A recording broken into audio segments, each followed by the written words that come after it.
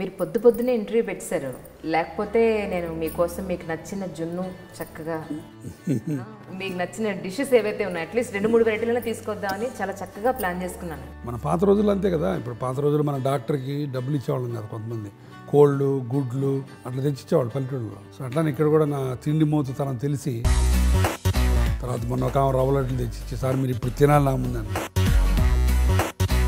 So sir అసలు చెప్పండి, మీరు డాక్టర్ అవ్వకపోతే అసలు ఏమయ్యారు మీరు? బట్ ఇప్పుడు మిమ్మల్ని అందరినీ చూసి ఈ సినిమా ఫీల్డ్ టీవీస్ చూస్తే I want to be in the entertainment industry. మూవీస్లో మీరు యాక్ట్ చేయండి అని ఎవరైనా అడిగితే? నేను రాజమౌళిని కూడా అడిగా ఛాన్స్ ఇవ్వమని. కాలకేయ గ్యాంగ్ మంది చూసారా, దాంట్లో ఒక రోల్ హీరో బాబు.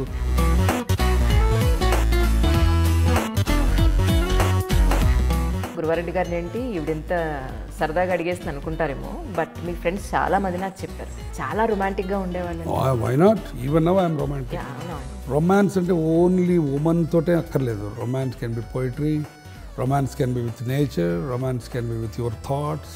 ఎంతమంది అమ్మాయిలు వెంట పడ్డారు? లెక్క చెప్పలేను. మీరు పడ్డారా వాళ్ళు పడ్డారు? రెండు. అయితే కొన్నాళ్ళు పోయిన తర్వాత అమ్మాయిలు నా వెనకాల పట్టడం మానేశారు. ఎందుకంటే అప్పటికి మా ఆవిడ లైన్లోకి వచ్చేసింది. నాతో ఉండేవాళ్ళు, but they use to feel safe. వీడితో ప్రాబ్లం లేదు మనకి. అమ్మ గురించి ఒక మాటలో చెప్పాలంటే మీరేం చెప్తారు? ఒక మాటలో కుదరదు, అందుకని ఇంత పెద్ద పుస్తకం తీసుకొచ్చాను అమ్మ మీద. నేను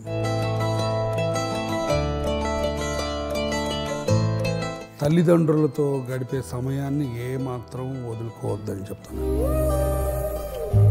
మా అమ్మ చివరికి అదే అనేది, ఇంగ్లాండ్లో ఉన్నప్పుడే బాగుండేది, నువ్వు ఇంగ్లాండ్లో 10 ఏళ్ళు ఉన్నా సరే సంవత్సరానికి వచ్చినప్పుడల్లా నువ్వు నాతో పాటు ఒక వారం 10 రోజులు ఉండేవాడివి. బట్ అయినా సరే ఒక్కసారి వాళ్ళు వెళ్ళిపోయిన తర్వాత ఆ వెలితి తీరదు. చాలామంది డాక్టర్స్ పైన ఏదో అడిగామా, తెలుసుకున్నామా, మెడిసిన్ ఇచ్చామా అంటే ఒక పేషెంట్కి ఒక డాక్టర్కి ఉన్న రిలేషన్ ఏమాత్రం మెయింటైన్ చేయకుండా ఒక డిస్టెన్స్ మెయింటైన్ చేసే డాక్టర్లు చాలామంది ఉన్నారు. పేషెంట్ తోటి మాట్లాడాలి, పేషెంట్ని టచ్ చేయాలంటే ఫిజికల్ కాదు, సోల్ని టచ్ చేయాలి. నేను అలానే చేస్తాను. Patient the moment he enters your consulting room is no more a patient, is your family member. అసలు పేషెంట్ అన్న మాట నచ్చదు నాకు. డాక్టర్ అవ్వాలి, మంచి పేరు రావాలి అంటే కొంతమంది కొన్ని మిస్టేక్స్ చేయాలి ఖచ్చితంగాను. కొంతమంది చంపేయాలి. ఏదైనా ఒక మిస్టేక్ జరుగుతుంది డెఫినెట్ గా. అలాంటి మిస్టేక్స్ ఏమైనా చేశారా? ఏ డాక్టర్ నేను ఇంత మటుకు తప్పు చేయలేదు అన్నాడంటే హీస్ బ్లఫింగ్. నేను మా మేనత్త వనస్థలపురంలో ఉంటారు, ఆమె ఫ్రెండ్ ఇంకొక ఆమె ఉంది, మీరు ఆయన ఆపరేషన్ చేయాల్సిందే అని బలవంతం చేసింది. ఆమె కింద మన మామూలు పిల్లలు పాకినట్టు పాకుతుంది, ఇల్లంతా వంట పోయి కింద పెట్టుకుంది, ఫ్రిడ్జ్ కింద పెట్టుకుంది. ఆమె ఎందుకు బాబు నాకు ఆపరేషన్, నేను నా నేను బాగానే బతుకుతున్నాను అని అంది. అంటే లేదమ్మా నీకు చేసి నేను నడిపిస్తాను నిల్చోబెట్టని నేను ధైర్యంగా చెప్పాను. నాకు ధైర్యం ఉండింది కూడా. నేను చేసిన తప్పు ఏంటంటే అది పల్మనరీ ఎంబాలిజం అంటారు. ఆ ఆపరేషన్ టేబుల్ మీద చనిపోయింది. మా అమ్మ పాకుతా ఉన్నా సరే మా కళ్ళ ముందు ఉండేది. మా అమ్మని మాకు లేకుండా చేశారని ఇద్దరు ఏడ్చినప్పుడు ఈ రోజుకి నాకు గుర్తుంది. అది మటుకు నన్ను నిద్రపోనివ్వదు.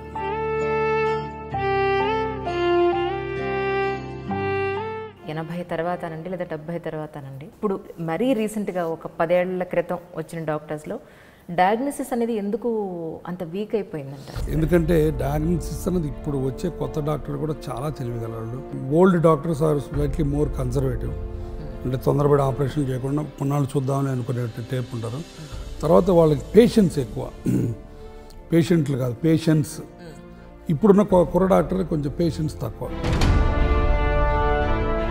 Money, fame, big car, big bungalow, everything.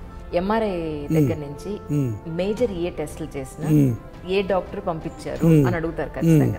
నాకు తెలుసు మీరు అడుగుతున్నమాట. డాక్టర్స్కి రిఫరల్ మనీ వెళ్తుందండి అని. దురదృష్టకరమైన విషయం అది. అది చాలా డీప్ రూటెడ్ అయిపోయింది. అది వరప్రసాద్ రెడ్డి గారితో స్నేహమా లేకపోతే మీ బంధుత్వం ఏమన్నా ఉందా? మోర్ దాన్ బంధుత్వం. ఆయనతో ఏదంటాను, భావరికం కంటే భావరికం ఎక్కువ మాకు. శనివారం మీకోసం బతుకుతారు, ఆదివారం ఫ్యామిలీ కోసం. నా శనివారం మొన్నే చచ్చిపోయింది, చూడలేదండి. ఒక శనివారం నేను కరీంనగర్లో వెళ్తాను, కరీంనగర్లో హాస్పిటల్ ఉంది. ఒక శనివారం భువనేశ్వర్ వెళ్తాను. మిగతా 2 శనివారాలు బిక్కుమంటున్నాయి. అవి కూడా అవసాన దశలో ఉన్నాయి. అంటే ప్రజలకు సేవ చేసే కొన్ని ప్రత్యేకమైన ఉన్నాయి డాక్టర్స్ కానీ ఇంజనీర్లు కానీ. వీళ్లలో కమర్షియల్ ఆస్పెక్ట్స్ ఎక్కువైపోతాయి, నిజంగా ప్రజలు ఇబ్బంది పడిపోతారు కదా సార్. డాక్టర్ కూడా తినాలి, డాక్టర్కి కూడా జీవితం ఉంటుంది, డాక్టర్కి కూడా కోరికలు ఉంటాయి. మీరు ఫ్రీగా చూడాలి, ప్రతి పేషెంట్ని ఇది చేయాలి అని అంటే అది ఇట్స్ నాట్ పాసిబుల్. సోషల్ మీడియాలో కానీ ప్రెస్లో కానీ చూపించేది ఏంటంటే ప్రతి డాక్టరు ఒక వెధవే, ప్రతి డాక్టరు డ్రాక్యులానే, ప్రతి డాక్టరు ఒక కూనీకారుడు అని చెప్తున్నారు. It's is very unfortunate, not right అమ్మా. అలాగే గురువారెడ్డి గారి దగ్గరికి వెళ్తే కనుక నీ రీప్లేస్మెంట్ ఆయన హస్తవాసి అది డెఫినెట్గా సక్సెస్ అవుతుంది. అది నేనేమనుకుంటానంటే ఈ హస్తంలోకి వాసి రావాలంటే గుండెలోంచి రావాలి.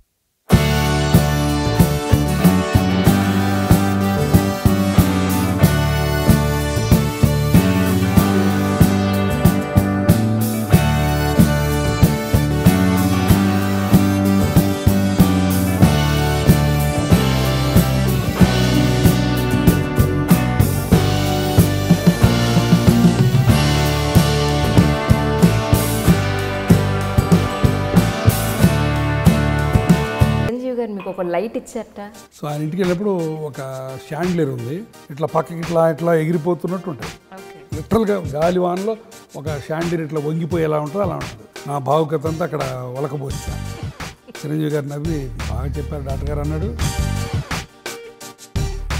మీ మీద ఒక చిన్న రాయనండి, లేకపోతే ఒక చిన్న మచ్చనండి, లేదా ఒక విమర్శ అనుకోండి, ఏమంటున్నారంటే ఇంతకు ముందున్నట్టు గురువారెడ్డి గారు ఇప్పుడు లేరు, మాట్లాడితే సర్జరీ అనేస్తున్నారు. నువ్వు మంచోడివి కాదు, చెడ్డోడివి, విమర్శ అన్నిటికంటే భయంకరమైన విమర్శ. నా దగ్గరికి వచ్చే 100 మంది పేషెంట్లు 90 మంది వేరే చోట్లంతా చూపించుకొని చివరిలో గురువారెడ్డి దగ్గర సలహా తీసుకుందామని వస్తారు. 100 మంది నేను ఓపీ చూస్తే almost 80 members are ready for knee replacement. From the beginning నుంచి ఈ రోజు వరకు మీరు చూసుకుంటే చాలా సంపాదించాను, ఇంకా రెస్ట్ తీసుకుందాం అని అనిపిస్తుంది. అంటే మీరు అడిగిన క్వశ్చన్లో 2 ఉన్నాయి. చాలా సంపాదించాను, రెస్ట్ తీసుకుందాం, అది కరెక్ట్గా లేదు. పొద్దున 9ంటికి పేషెంట్ని చూసినప్పుడు ఏ నవ్వు మొహం అయితే ఉందో అదే నవ్వు మొహం సాయంత్రం 5 గంటలకి లేనప్పుడు నేను రిటైర్. హాయ్ అండి, ఈనాడు దిల్సే విత్ మీ అంజలి కార్యక్రమంలో మరి నా స్పెషల్ గెస్ట్ ఎవరు అని అంటే డాక్టర్ గురువారెడ్డి గారు. గురువారెడ్డి గారి పేరు చెప్పగానే సన్షైన్ హాస్పిటల్ గుర్తు రావడం సహజం మనందరికీ కూడా. కానీ గురువారెడ్డి గారిలో ఉన్న మరొక కోణాన్ని ఈరోజు మీకు తెలియజెప్పబోతున్నాను. ఓకేనా, మరి వెళ్ళిపోదామా? సార్ నమస్కారం అండి. నమస్తే అమ్మా.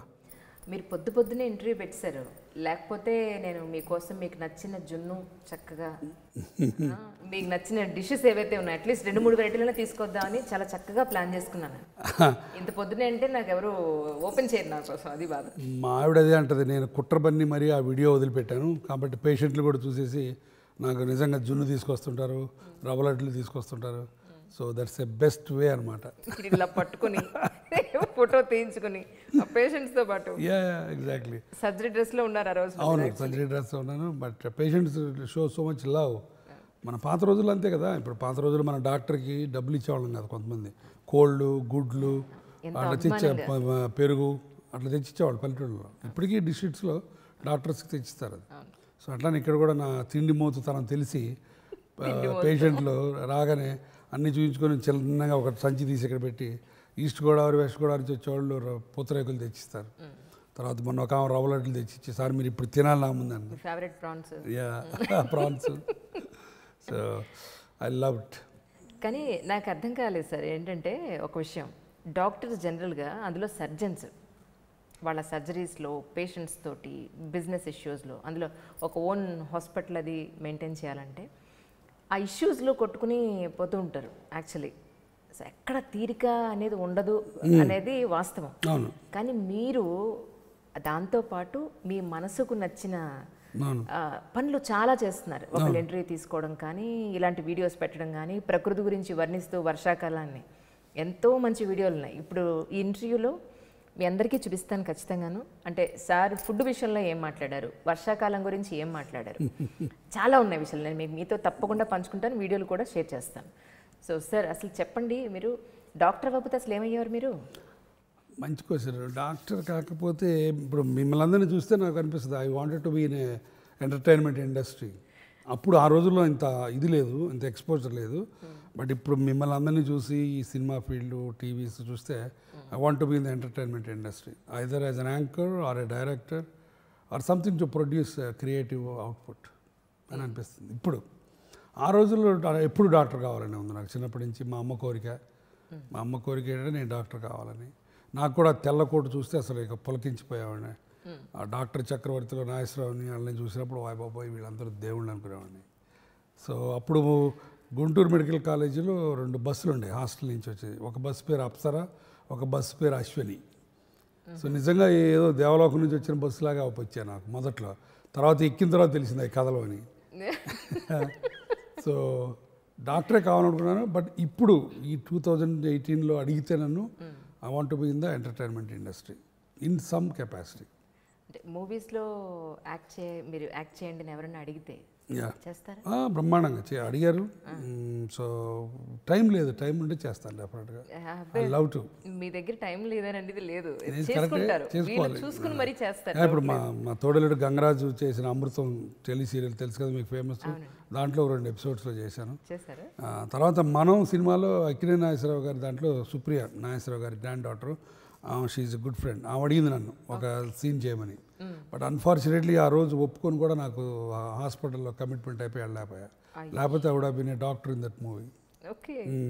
ఒక మంచి మూవీలో ఐ లాస్ట్ దట్ ఛాన్స్. అందులో నాగేశ్వరరావు గారితో లాస్ట్ మూవీలో బాగుండి ఉండేది. But I last that chance. లేదండి, మీకు ఇంకా బోల్డ్ అని ఛాన్స్ వచ్చే అవకాశం చాలా ఉంది. నేను రాజమౌళిని కూడా అడిగే ఛాన్స్ మని. ఏది ఆ కాలకేయ గ్యాంగ్ మంది చూసారా, దాంట్లో ఒక రోల్ హీరో బాబు మొహానికి బ్లాక్ పూసుకొని నేను కూడా ఉన్నాను సినిమాలో చెబుతారని చెప్పి నేను నవ్వాడు రాజమౌళి.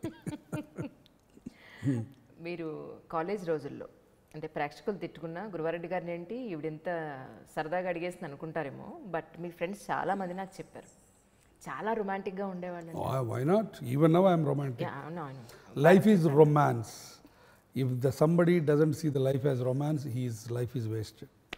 రొమాన్స్ అంటే ఓన్లీ ఉమెన్ తోటే అక్కర్లేదు. Romance can be poetry, romance can be with nature, romance can be with your thoughts, romance can be with your actions, romance can be the way you dress, everything. Romance అంటే it's a pleasure, a joy, unbounded and unbridled. There are no chains for that. అది రొమాన్స్. Very romantic కాలేజీలో. Why not? ఎంతమంది అమ్మాయిలు వెంటపడ్డారు? లెక్క చెప్పలేను. మీరు పడ్డారా వాళ్ళు పడ్డారు? రెండు. నేను చాలామంది అమ్మాయిలు వెనకాల పడ్డాను. కాకపోతే కొన్నాళ్ళు పోయిన తర్వాత అమ్మాయిలు నా వెనకాల పట్టడం మానేశారు. ఎందుకంటే అప్పటికి మా ఆవిడ లైన్లోకి వచ్చేసింది కాబట్టి, వీడు ఆల్రెడీ బుక్డ్ అని చెప్పి నా వెనకాల పట్టడం మానేశారు. నాతో ఉండేవాళ్ళు, but they use to feel safe. వీడితో ప్రాబ్లం లేదు మనకి. అంటే ఒకసారి ఈరోజు ఈ మహావృక్షానికి ఉన్న వేళ్ళు గురించి కూడా తెలుసుకుందాం. మీ తల్లిదండ్రుల గురించి, మీ కుటుంబ నేపథ్యం గురించి. మా నాన్నగారు సత్యనారాయణ రెడ్డి గారు, మా అమ్మ పేరు రాజ్యలక్ష్మి. మా ఫాదరు ఒక సామాన్యమైన వ్యవసాయ కుటుంబం నుంచి వచ్చారు. వచ్చి ఆయన చదువుకొని అగ్రికల్చర్ పిహెచ్డి చేసి ప్రొఫెసరు, తర్వాత అగ్రికల్చరల్ కాలేజ్ ప్రిన్సిపాల్ దాకా ఎదిగారు. మా అమ్మ గృహిణి. మేము 3 బ్రదర్స్వి. నేను పెద్దవాడిని. నా తర్వాత 2 తమ్ముళ్ళు, హరి అండ్ నరసింహారెడ్డి అని. హరి ఏమో అహ్మదాబాద్ ఐఐఎంలో ఎంబీఏ చేశాడు. మా చిన్న తమ్ముడు ఖరగ్పూర్ ఐఐటీలో బీటెక్ చేశాడు, ఇప్పుడు అమెరికాలో ఉంటున్నాడు. సో వాళ్ళిద్దరూ తెలివిగలవాళ్ళు, ఐఐఎం ఐఐటి చేశారు. తెలివి తక్కువని నేనే కాబట్టి మెడిసిన్ చేశాను నేను. సో అది సంగతి. ఎందుకని అలా ఫిక్స్ అయ్యారు? సరదాగా అంటా నేను. బట్ డిఫరెంట్గా ఐఐఎం ఐఐటికి you need more brain and more focus to get in to that rather than medicine. That is my feeling. తర్వాత అమ్మ నాన్న ఒక మంచి విలువలున్న మధ్యతరగతి కుటుంబం నుంచి వచ్చారు. మమ్మల్ని కూడా అదే విలువలతోటి, అదే పంధాతోటి మమ్మల్ని ఒక దిశ చూపించారు మాకు. సో ఈరోజు నాకు ఏమన్నా ఒక మానవత్వ విలువలు ఉన్నాయంటే ఇది మా నాన్న అమ్మ దగ్గర నుంచి సంక్రమించినవి. ఇప్పుడండి ఇప్పుడు ఎక్కడ ఉంటున్నారమ్మా? అమ్మగారు చనిపోయారు పోయిన సంవత్సరం ఏప్రిల్ 1st చనిపోయారు. కరెక్ట్గా సంవత్సరం అయిపోతుంది. ఇదే ఇంట్లో చనిపోయారు. మా ఫాదర్ నాతోనే ఉంటారు. మా ఫాదర్ కూడా 80 years ప్లస్. సో అమ్మ చివరి 2 ఏళ్ళు వీల్ చైర్లో ఉండి స్ట్రోక్ వచ్చి పక్షవాతం. సో చివరి 2 ఏళ్ళు కొంచెం అంటే ఒక రకమైన ఏమని చెప్పాలి, ఇమోషనల్గా డ్రైనింగ్ పొజిషన్లో ఉంది ఆమె. పాప ఉండేది ఆమెకు తెలిసేది కాదు చుట్టుపక్కల. మేము ఆమెతో మాట్లాడినా ఆమెకు అర్థమయ్యేది కాదు. So it was a very unfortunate experience. So నేను అదే అనుకుంటాను, ఎప్పుడైనా ఎవరితో మాట్లాడినా, ఎక్కడన్నా కాలేజీలకి నన్ను చీఫ్ గెస్ట్గా పిలిచినప్పుడు పిల్లలకి ఏమైనా చెప్పన్నా కూడా చెప్పేది ఏంటంటే తల్లిదండ్రులతో గడిపే సమయాన్ని ఏమాత్రం వదులుకోవద్దని చెప్తాను. ఎస్పెషల్లీ మనం 30-40 ఏళ్ళు దాటిన తర్వాత అంటే తల్లిదండ్రులు అప్పటికి 60-70కి వెళ్ళిపోయి ఉంటారు, అంటే వాళ్ళ చర్మాంకంలో ఉంటారు. అప్పుడు వాళ్ళు మనం ఏం చేయగల వాళ్ళ రూమ్లోకి వెళ్ళి వాళ్ళతో కూర్చొని వాళ్ళు చేయబట్టుకొని అలా కూర్చున్నా చాలు. వాళ్ళు చెప్పే మాటలు మనకి చాదస్తంలాగా ఏంటో అనిపిస్తాయి మనకి, ఎందుకంటే జనరేషన్ గ్యాప్. బట్ అయినా సరే ఒక్కసారి వాళ్ళు వెళ్ళిపోయిన తర్వాత ఆ వెలితి తీరదు. సో కాబట్టి తల్లిదండ్రులతోటి గడపటం అన్నది ఒక ప్రాముఖ్యంగా పెట్టుకొని చేయమని చెప్పి నేను ఈ రోజుల్లో యువతనందరినీ కోరుతాను. ఎందుకంటే నేను గిల్టీ. మా అమ్మ నన్ను గుంటూరు మా అమ్మ వాళ్ళు గుంటూరులో ఉండేవాళ్ళు. నన్ను గుంటూరు నాన్న కాసేపు ఒక వీకెండ్ నాతో గడుపునానా అంటే నేను వస్తానని వెళ్ళిండేవాడిని కాదు. ఎందుకంటే ఈ పరుగు ఇక్కడ పరుగు, ఈ హాస్పిటల్ అక్కడ పేషెంట్లు బోళ్ళంత ఒత్తిడి ఉండేది. కానీ అమ్మతో గడపడానికి ఈ ఒత్తిడి మొత్తాన్ని పక్కకు తీసి అమ్మ దగ్గరికి వెళ్ళటానికి నేను అనుకున్నంతగా అవలా. మా అమ్మ చివరికి అదే అనేది, ఇంగ్లాండ్లో ఉన్నప్పుడే బాగుండేది, నువ్వు ఇంగ్లాండ్లో 10 ఏళ్ళు ఉన్నా సరే సంవత్సరానికి వచ్చినప్పుడల్లా నువ్వు నాతో పాటు ఒక వారం 10 రోజులు ఉండేవాడివి. ఇప్పుడు ఇక్కడికి హైదరాబాద్ వచ్చిన తర్వాత నిన్న పేపర్లోనూ టీవీలో చూడటం తప్ప నాతో గడపట్లేదు అన్నది ఒకసారి. అది చాలా బాధాకరమైన విషయం నాకు. సో అమ్మ కానీ అంటే అమ్మ చివరిలో 2 ఏళ్ళు నాతోటి ఉంది, కానీ నేను ఆమెతో ఇంటరాక్ట్ అయ్యే స్టేజ్లో లేదు. So that is really unfortunate. కాబట్టి నేను పిల్లలందరికీ ఎవరికి చెప్పేది ఏంటంటే తల్లిదండ్రులతోటి గడిపే సమయాన్ని పోగొట్టుకోవద్దు. తర్వాత ఆ సమయం అన్నది మనంతటా మనం క్రియేట్ చేసుకోవాలి, అది రాదు. సో కాబట్టి ఏమాత్రం అవకాశం ఉన్నా సరే పేరెంట్స్ తోటి స్పెండ్ చేయమని చెప్తాను నేను. So that's I'm really guilty. నువ్వు చేసిన తప్పుల్లో ఒక తప్పు అడిగితే బట్టి ఈ తప్పు మా అమ్మతోటి నేను అనుకున్నంతగా గడపలేదు. నేను నా దగ్గరికి వచ్చేసరికి ఆమె నా దూరం వెళ్ళిపోయింది. సో అది నేను భయంకరమైన తప్పు చేశాను. అమ్మ గురించి ఒక మాటలో చెప్పాలంటే మీరేం చెప్తారు? ఒక మాటలో కుదరదు, అందుకని ఇంత పెద్ద పుస్తకం తీసుకొచ్చాను అమ్మ మీద. మా అమ్మ, నేను డాక్టర్ అయ్యానంటే మా అమ్మే. ఎందుకంటే నేను 3 సార్లు ఎంట్రన్స్ రాసి 1 మార్కు 2 మార్కుల్లో సీట్ రాక కాకినాడలో డొనేషన్ 75,000 రూపాయలు కట్టలేక అలా నిస్పృహలో అగ్రికల్చర్ బీఎస్సీలో ఉన్నప్పుడు మా అమ్మ, లేదు నాన్న నువ్వు డాక్టర్ అవుతావు, నువ్వు చదవాలి, చేస్తావు నువ్వు అని చెప్పి పుష్ అయిపోతే ఆ 4వ ఎంట్రన్స్ రాసేవాడిని కాదు నేను. ఆ 4వ సీట్ వచ్చింది నాకు. సో మా అమ్మ నిజంగా నా ఉన్నతి మొత్తం మా అమ్మ చూసింది. ఈ హాస్పిటల్ పెట్టడం కూడా చూసింది, సన్షైన్ హాస్పిటల్ ఓపెన్ చేసింది తనే. కాకపోతే మొన్న 3 నెలల కింద గచ్చిబౌలిలో ఓపెన్ చేసిన హాస్పిటల్కి ఆమె లేదు. సో చాలా వెల్త్గా అనిపించింది అప్పుడు నాకు. సో తర్వాత నాలో ఉన్న మానవత విలువలు కూడా ఆమె దగ్గర నుంచి వచ్చినాయి. ఆమె ఏ రోజు మా ఇంట్లో 10 మంది పిల్లల పైన ఉండేవాళ్ళు. మేము 3 బ్రదర్స్ అయినా మా బంధువుల పిల్లలు, స్నేహితుల పిల్లలు ఇంట్లోనే ఉండేవాళ్ళు, చదువుకునేవాళ్ళు. వాళ్ళందరినీ ఎప్పుడు నా పిల్లలు బయట పిల్లలని ఎప్పుడు చూసేది కదా, అందరూ ఒకటే ఆమెకి. ఆ రకంగా పరాయి వాళ్ళని కూడా మన వాళ్ళని అనుకునే ఒక భావుకత, ఒక తాధ్యాత్మమైన ఒక ఫీలింగ్ ఆమె దగ్గర నుంచి వచ్చింది నాకు కూడా. I don't see any difference between the outside and inside. నాకు ప్రతి వాళ్ళు నా వాళ్ళు అనిపిస్తుంది. నా ప్రాక్టీసు నేను ఈ మాత్రం సక్సెస్ అవ్వడానికి, పేషెంట్లు నన్ను లవ్ చేయడానికి నా ఫండమెంటల్ నాలో ఉన్న క్వాలిటీ మా అమ్మ ఇచ్చింది నాకు. అంటే వచ్చిన ప్రతి పేషెంటు నా మనిషిలాగా అనుకుంటాను నేను. అది మా అమ్మ దగ్గర నుంచి వచ్చింది నాకు. అది వారసత్వం, అది డిఎన్ఏ. దాన్ని నేనేమి ప్రయత్నించలేదు, ఇలా చేస్తే పేషెంట్స్ వస్తారు అని చెప్పి యాక్షన్ చేయలేదు. అది మా అమ్మని ఎప్పుడు ప్రతి క్షణం గుర్తు తెచ్చుకుంటాను ఆ విషయానికి మటుకు. ఇప్పుడు మా ఫాదరు మదరు బోల్డ్ అని నేర్పుతారు, బట్ ఈ పర్టికులర్ క్వాలిటీ అది మా అమ్మ దగ్గర నుంచి వచ్చింది నాకు. అంటే ఇప్పుడు మీరు అన్నారు పేషెంట్స్ని ఎలా చూస్తారు అనేది మీరు చెప్పారు. చాలామంది డాక్టర్స్ చాలా అంటే పైన ఏదో అడిగామా, తెలుసుకున్నామా, మెడిసిన్ ఇచ్చామా, తగ్గిందా లేదా వరకే తప్ప, అంటే ఒక పేషెంట్కి ఒక డాక్టర్కి ఉన్న రిలేషన్ ఏమాత్రం మెయింటైన్ చేయకుండా ఒక డిస్టెన్స్ మెయింటైన్ చేసే డాక్టర్లు చాలామంది ఉన్నారు.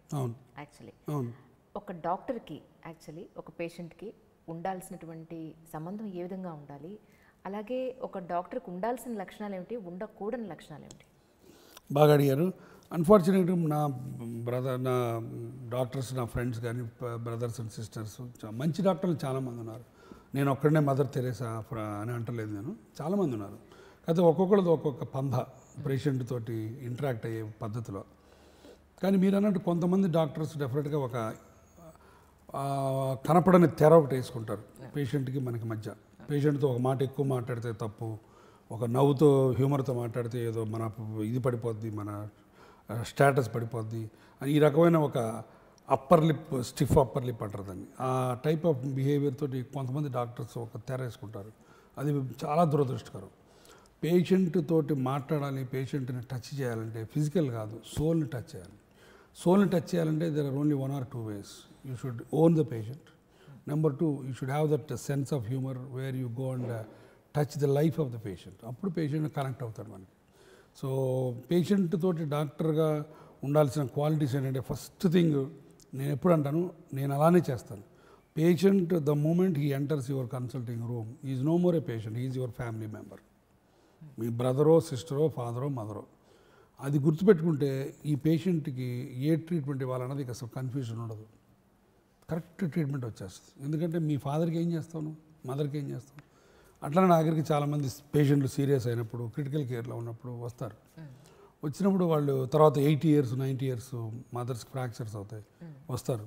వచ్చి ఆపరేషన్లో రిస్క్ ఉంటుందని చెప్తాను నేను. చెప్పినప్పుడు వాళ్ళు ఆపరేషన్ చేయించాలా వద్దా అని డిలమాలో ఉంటారు. అప్పుడు నేను ఒకే ఒక సెంటెన్స్ చెప్తాను. ఆ సెంటెన్స్ తోటి 99% ఆఫ్ పీపుల్ కన్విన్స్ అయిపోతారు. అమ్మ మా అమ్మ అయితే నేను ఆపరేషన్ చేస్తాను అని చెప్తాను. చెప్పగానే వాళ్ళు ఇంకోసారి ఇంకా అలా చెప్పారు, మీరు చేసేయండి అంటారు. సో అంటే ఆ రకంగా మనం పేషెంట్ని మన వాళ్ళు అనుకుంటే అది ఫస్ట్ క్వాలిటీ, డాక్టర్కి ఉండాల్సిన quality. Second thing is a bit of sense of humour. Humour is the best bridge between the 2 human beings, అదే డాక్టర్ పేషెంట్ కానివ్వండి, ఎవరైనా కానివ్వండి. తర్వాత థర్డ్ థింగ్ ఈజ్ ట్రాన్స్పరెన్సీ. అంటే తప్పు చేస్తే నేను తప్పు చేశాను అని చెప్పగల ఒక ధైర్యం, ఒక కన్విక్షన్ ఉండాలి.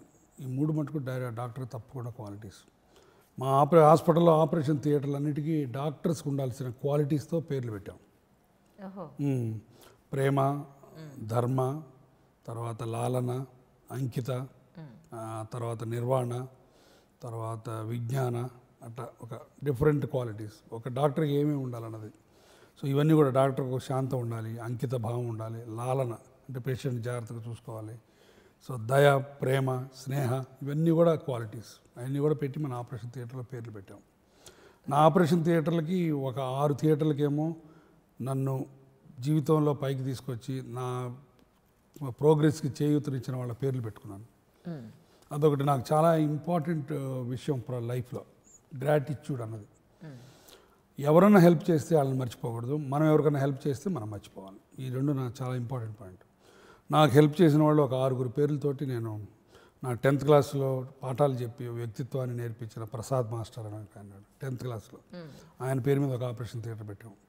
తర్వాత నాకు సంచేటి హాస్పిటల్లో పూనాలో ఆర్థోపెడిక్స్ నేర్పించిన డాక్టర్ గారి పేరు సంచేటి పేరు మీద పెట్టాను. తర్వాత డాక్టర్ కుట్టి అని నాకు ఇంగ్లాండ్లో నన్ను తీసుకెళ్ళిన డాక్టర్ గారి పేరు పెట్టాను. తర్వాత డాక్టర్ బోస్ అని మా అమ్మాయికి ఆపరేషన్ చేసిన డాక్టర్, చెన్నైలో ఉంటాడు ఆయన పేరు మీద. తర్వాత మా తోడేలుడు డాక్టర్ భాస్కర్, కిమ్స్ హాస్పిటల్ భాస్కర్, ఆయన నాకు కిమ్స్ హాస్పిటల్లో ఒక నీడ ఇచ్చి నా ప్రోగ్రెస్కి సిగ్నిఫికెంట్గా నాకు హెల్ప్ చేసిన వ్యక్తి, ఆయన పేరు మీద ఒక ఆపరేషన్ థియేటర్. తర్వాత శాస్త్రులు గారని నాకు ఇంగ్లాండ్లో ఫుడ్ ఇచ్చి బెడ్ ఇచ్చి ఇంట్లో మనిషిలాగా చూసుకున్నాను పేరు. ఇట్లా వీళ్ళ 6 పేర్లతోటి 6 థియేటర్లు పెట్టుకున్నాను నేను. సో రోజు ఆ థియేటర్ల గురించి కొన్ని 100 సార్లు తలుచుకుంటాం, అంతే కదా. థియేటర్ అంటే రోజుకి ఆపరేషన్లు జరుగుతాయి. ఇటు సంచేటిలో కరెంట్ లేదు, భాస్కర్ థియేటర్లో ఇది లేదు, లేకపోతే శాస్త్రుల థియేటర్లో బెడ్ వేయండి, ఇట్లా చెప్తుంటాం. సో రోజుకి 100 సార్లు మాట్లాడుతాం, తలుచుకుంటూనే ఉంటాం. నేను అదే అంటాను, అంతకంటే నాకు ఇంకా అదృష్టం లేదు వాళ్ళని తలుచుకోవటం అన్నది. సో మా థియేటర్లన్నీ కూడా రొటీన్గా థియేటర్ 1, 2 పేర్లు ఉండవు. నాకు అదొక చాలా ఇష్టం, భావుకత. సో 6 థియేటర్లకి పేర్లు పెట్టుకున్నాను. మిగతా థియేటర్లన్నిటికీ ఒక డాక్టర్కి కావలసిన గుణాల పేర్లు పెట్టుకున్నాను. ఓకే, అది కూడా చెప్పండి వింటాను. అది చెప్పాను కదా, ప్రేమ ఒక థియేటరు, అది స్టార్టింగ్లో చెప్పాను. ధర్మ, తర్వాత ఇప్పుడు కొత్త హాస్పిటల్లో నిర్వాణ, తర్వాత నిశ్చల, తర్వాత విజ్ఞాన, వినయ, తర్వాత ప్రేమ. సో ఒక డాక్టర్కి ఉండాల్సిన లక్షణాలన్నీ అన్నీ పెట్టేశాను. అన్ని ఆన్సర్ వచ్చేసింది. నైస్.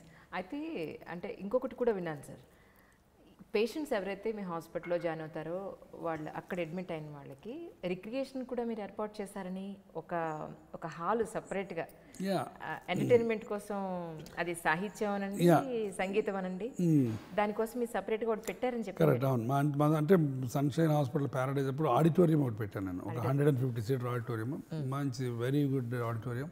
చాలా ప్రోగ్రామ్స్ ఈ 10 ఏళ్లలో బయట చాలా మంది పుస్తకావిష్కరణలు అన్ని ఫ్రీగా ఇస్తుంటాను. ఏ సంగీత సాహిత్యకైనా ఫ్రీగా. ఆ ఆడిటోరియం పునీతం అయిపోయింది. దానికి వరప్రసాద్ రెడ్డి గారి అమ్మ పేరు పెట్టాం, శాంత ఆడిటోరియం అని పెట్టాం. దాంట్లో ఎంతెంత పెద్ద మంది, బాలసుబ్రహ్మణ్యం గారు, తర్వాత మన తనికెళ్ళ భరణి, శ్రీనారాయణ రెడ్డి గారు, అట్లా వరప్రసాద్ రెడ్డి గారు, బ్రహ్మానందం గారు, ఇట్లా గొప్ప గొప్ప వాళ్ళందరూ ఆ ఆడిటోరియంని పునీతం చేశారు. సో ఆడిటోరియంలో మేము ఇవి తర్వాత ప్రోగ్రామ్స్, తర్వాత పేషెంట్లని, వాళ్ళ పేరెంట్స్ని, వాళ్ళని పిలిచి అప్పుడప్పుడు ఈ మ్యూజిక్ సభలకి, సంగీత సాహిత్య సభలకు కూడా పిలిచి వాళ్ళని చేస్తూ ఉంటాం. అంటే ఈ హాస్పిటల్లో ప్రత్యేకంగా ఇది పెట్టడానికి గల కారణం ఏమిటి? కారణం ఏం లేదు, నాకు పేషెంట్స్ని నేను ఎప్పుడు అసలు నాకు హాస్పిటల్ అన్న లుక్ రాకూడదని నాకు ఎప్పుడు మొదటి నుంచి కోరిక.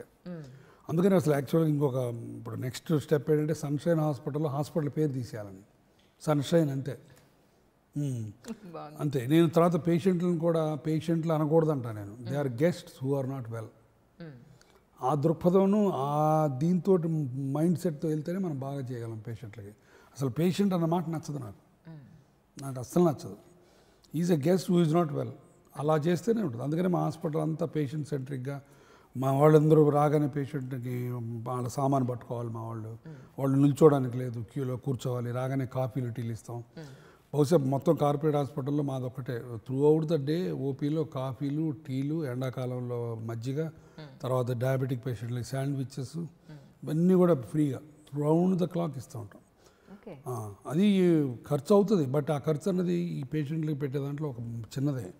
తర్వాత పేషెంట్కి ఆ చిన్నది ఇవ్వటం వల్ల పేషెంట్ అనేది మాయ చేయటం కాదు, పేషెంట్కి నేను బాబు నీ గురించి నేను ఆలోచిస్తున్నానని చెప్పడం ఒక రకమైన చిన్న courtesy. So that's what it is. Patient అసలు హాస్పిటల్ లాగా ఉండకూడదండి. Hospital should be like A house. అది నా కోరిక, నా డ్రీమ్. ఓకే. అంటే ఒక డాక్టర్ ఒక ఫెమిలియర్ డాక్టర్ అవ్వాలి, ఒక గొప్ప పేరు తెచ్చుకోవాలి, అలాగే ఆర్థికంగా కూడా స్టెబిలిటీ రావాలి అని అంటే సగ జీవితం అయిపోతుంది అని చెప్తూ ఉంటారు. నిజమేనండి? కరెక్టే. ఇప్పుడు ప్రస్తుత పరిస్థితుల్లో ఈ 21వ శతాబ్దంలో డాక్టర్ అన్నది థ్యాంక్లెస్ జాబ్. ఇప్పుడు మా రోజుల్లో అంటే అప్పుడు డాక్టర్ చదివితేనే సోషల్ స్టేటస్ వచ్చేది. ఇప్పుడు నేను ఒక మధ్యతరగతి కుటుంబం నుంచి వచ్చాను. నేను ఎత్తుకి ఎదగాలి ఆర్థికంగా, తర్వాత సాంఘికంగా ఎదగాలంటే డాక్టర్ ఒక ప్లాట్ఫామ్, తర్వాత engineer. So doctor is the pinnacle social climb ల్యాడర్లో. ఇప్పుడు అది లేదు. ఇప్పుడు కొన్ని వందల వేల జాబ్స్ ఉన్నాయి, విచ్ ఆర్ ఫైనాన్షియల్గా, తర్వాత రివార్డింగ్ పర్సనల్గా. సో కాబట్టి బట్ డాక్టర్ అనేది మీరు అన్నట్టు సగం జీవితం. నేను FRCS ఇంగ్లాండ్లో ఉన్నప్పుడు పాస్ అయ్యే రోజు 47, నా 40th బర్త్డే నాకు. ఆ రోజు FRCS పాస్ అయ్యాను నేను. సో మా ఆవిడ పెద్ద బ్యానర్లు పెట్టి లండన్లో మా ఇంట్లో బ్యానర్స్ పెట్టేది, బాగా గుర్తు నాకు. అంటే చూడండి 40 ఏళ్ళకి నేను ఇంకా చదువుతున్నాను. సో ఇదేవే it is a very difficult task. కాబట్టి మెడిసిన్ అన్నది ఆర్థికంగా నిలదొక్కుకోవడానికి కానీ, సాంఘికంగా నిలదొక్కుకోవడం కానీ మంచిదే, కాకపోతే ఫోకస్ ఉండాలి. ఏదో బలవంత బ్రాహ్మణార్థం కింద, లేదు మా నాన్న చెప్పాడు చేయాలనో, లేకపోతే స్టెథోస్కోప్ వేసుకొని గ్లామర్ కింద చేయాలనో చేసే రోజులు పోయినాయి. ఇప్పటికి కూడా మెడిసిన్లోకి వచ్చేవాళ్ళు చాలా ఫోకస్డ్గా రావాలి. అలాంటి వాళ్ళకే ఫ్యూచర్ ఉంటుంది. స్టార్టింగ్లో అంటే పెద్దవాళ్ళు చెప్తూ ఉంటారు, అది మరి ఆ మాట ఎంతవరకు నిజం కాదని మీ విషయంలో ఎంతవరకు అయిందో ఒకసారి చెప్పండి. డాక్టర్ అవ్వాలి, మంచి పేరు రావాలి అంటే కొంతమంది కొన్ని మిస్టేక్స్ చేయాలి ఖచ్చితంగాను, కొంతమంది చంపేయాలి, ఏదైనా ఒక మిస్టేక్ జరుగుతుంది డెఫినెట్గా. అలాంటి మిస్టేక్స్ ఏమైనా చేశారా? చాలా ఉంటాయండి. మిస్టేక్స్ అన్నది జరగకుండా ఏ డాక్టరు ఒక లెవెల్కి వెళ్ళలేడు. సర్జన్స్ దాంట్లో డెసిషన్ మేకింగ్లో మిస్టేక్స్ ఉంటాయి. ఒక్కొక్కసారి ఇలా కాక అలా చేసుంటే ఈ పేషెంట్ బతికుండేదేమో అని మాకే తపన మొదలవుతుంది. ఒక్కొక్కసారి ఇంక అసలు ఇది తప్పు చేశాను నేను, దీనివల్ల ఇది జరిగింది అని కూడా కొన్నిసార్లు ఉంటాయి. అలా ప్రతి డాక్టర్ జీవితంలో ఉంటాయి. ఏ డాక్టర్ నేను ఇంత మటుకు తప్పు చేయలేదు అన్నాడంటే హీఈస్ బ్లఫింగ్. నేను నాకు ఊహ తెలిసి అంటే నాకు ఇమీడియట్గా నాకు గుర్తొచ్చే తప్పు ఒకటి చెప్తాను మీతోటి. నేను ఇక్కడ సెటిల్ అయ్యి కిమ్స్ హాస్పిటల్లో ఒక పేరు తెచ్చుకుని, అంటే నేను 1999లో వచ్చాను హైదరాబాద్కి. కేరళ కూడా చేశారా? అపోలోలో చేశాను. ఫస్ట్ 5 ఏళ్ళు అపోలో చేశాను. తర్వాత కిమ్స్ హాస్పిటల్ నేను మా తోడేళ్ళు కలిసి స్టార్ట్ చేసాం. నేను కిమ్స్ హాస్పిటల్లోకి వచ్చి 2-3 ఏళ్ళకి అప్పటికి పేరు బాగానే వచ్చింది మోకాళ్ళ డాక్టర్గా. నేను మా మేనత్త వనస్థలపురంలో ఉంటారు. ఆ వనస్థలపురంలో ఆమె ఫ్రెండ్కి ఒక ఆమెకు ఆపరేషన్ చేశాను. నేను మోకాళ్ళ ఆపరేషన్ చేసి మంచిగా చేశాను.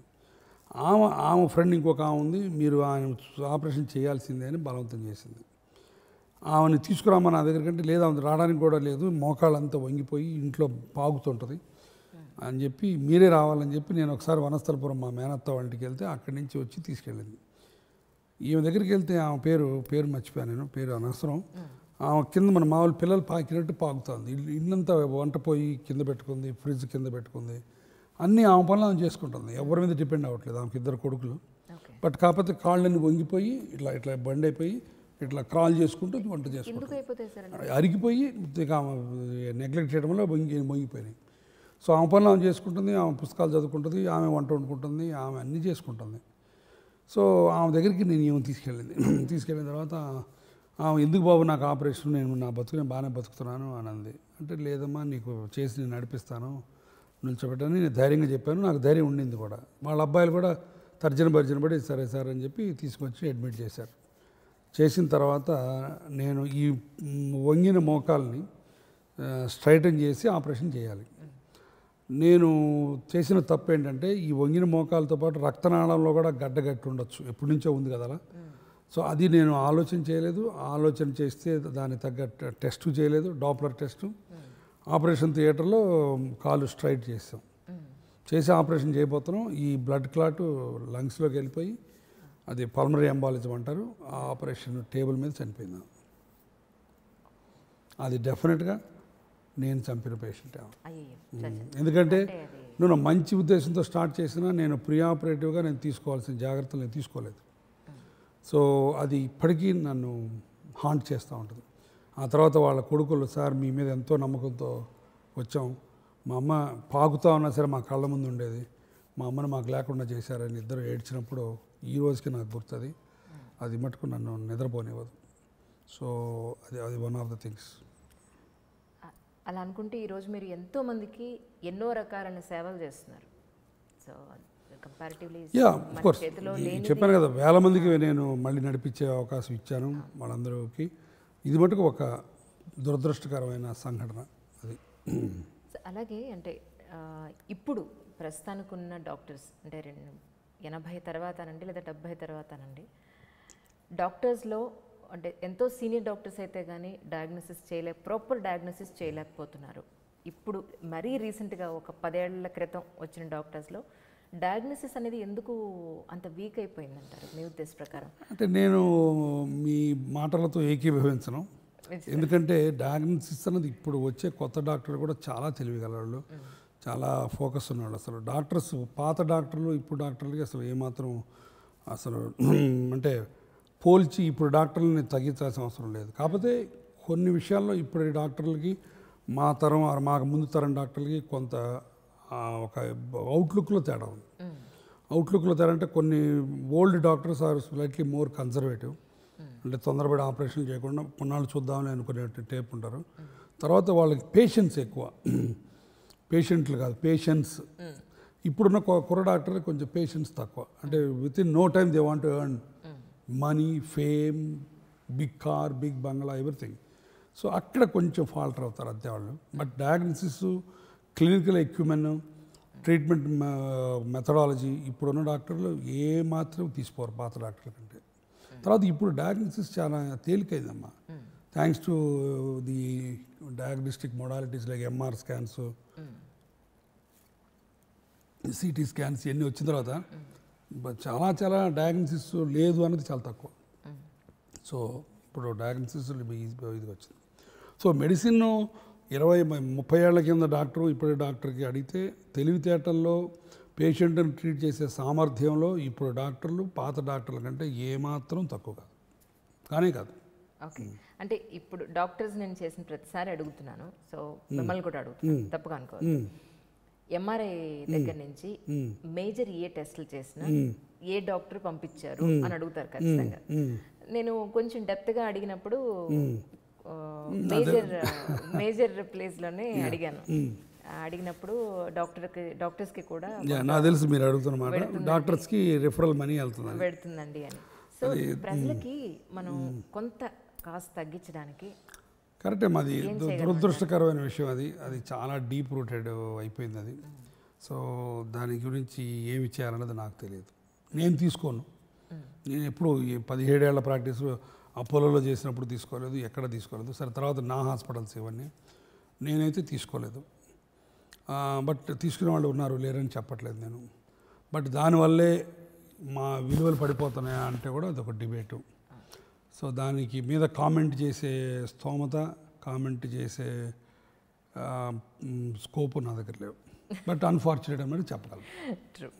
అయితే ఇంత బిజీగా ఉండే డాక్టర్ గారికి అసలు మీ వైఫ్ తోటి పిల్ల నూలేని జీవితం అని ప్యాంట్ మీద ప్యాంట్ వేసి పవన్ కళ్యాణ్ లాగా అంత గొప్ప స్టెప్పులు మీరు వేశారు, మేడం చేత వేయించారు. ఏంటి ఇందులో ఉండే ఇంకో కోణం ఏంటి మీలో? దాంట్లో కోణం ఏంటంటే అది యాక్చువల్గా మాకు CEO క్లబ్ అని ఒకటి ఉంది హైదరాబాద్లో. ఓకే.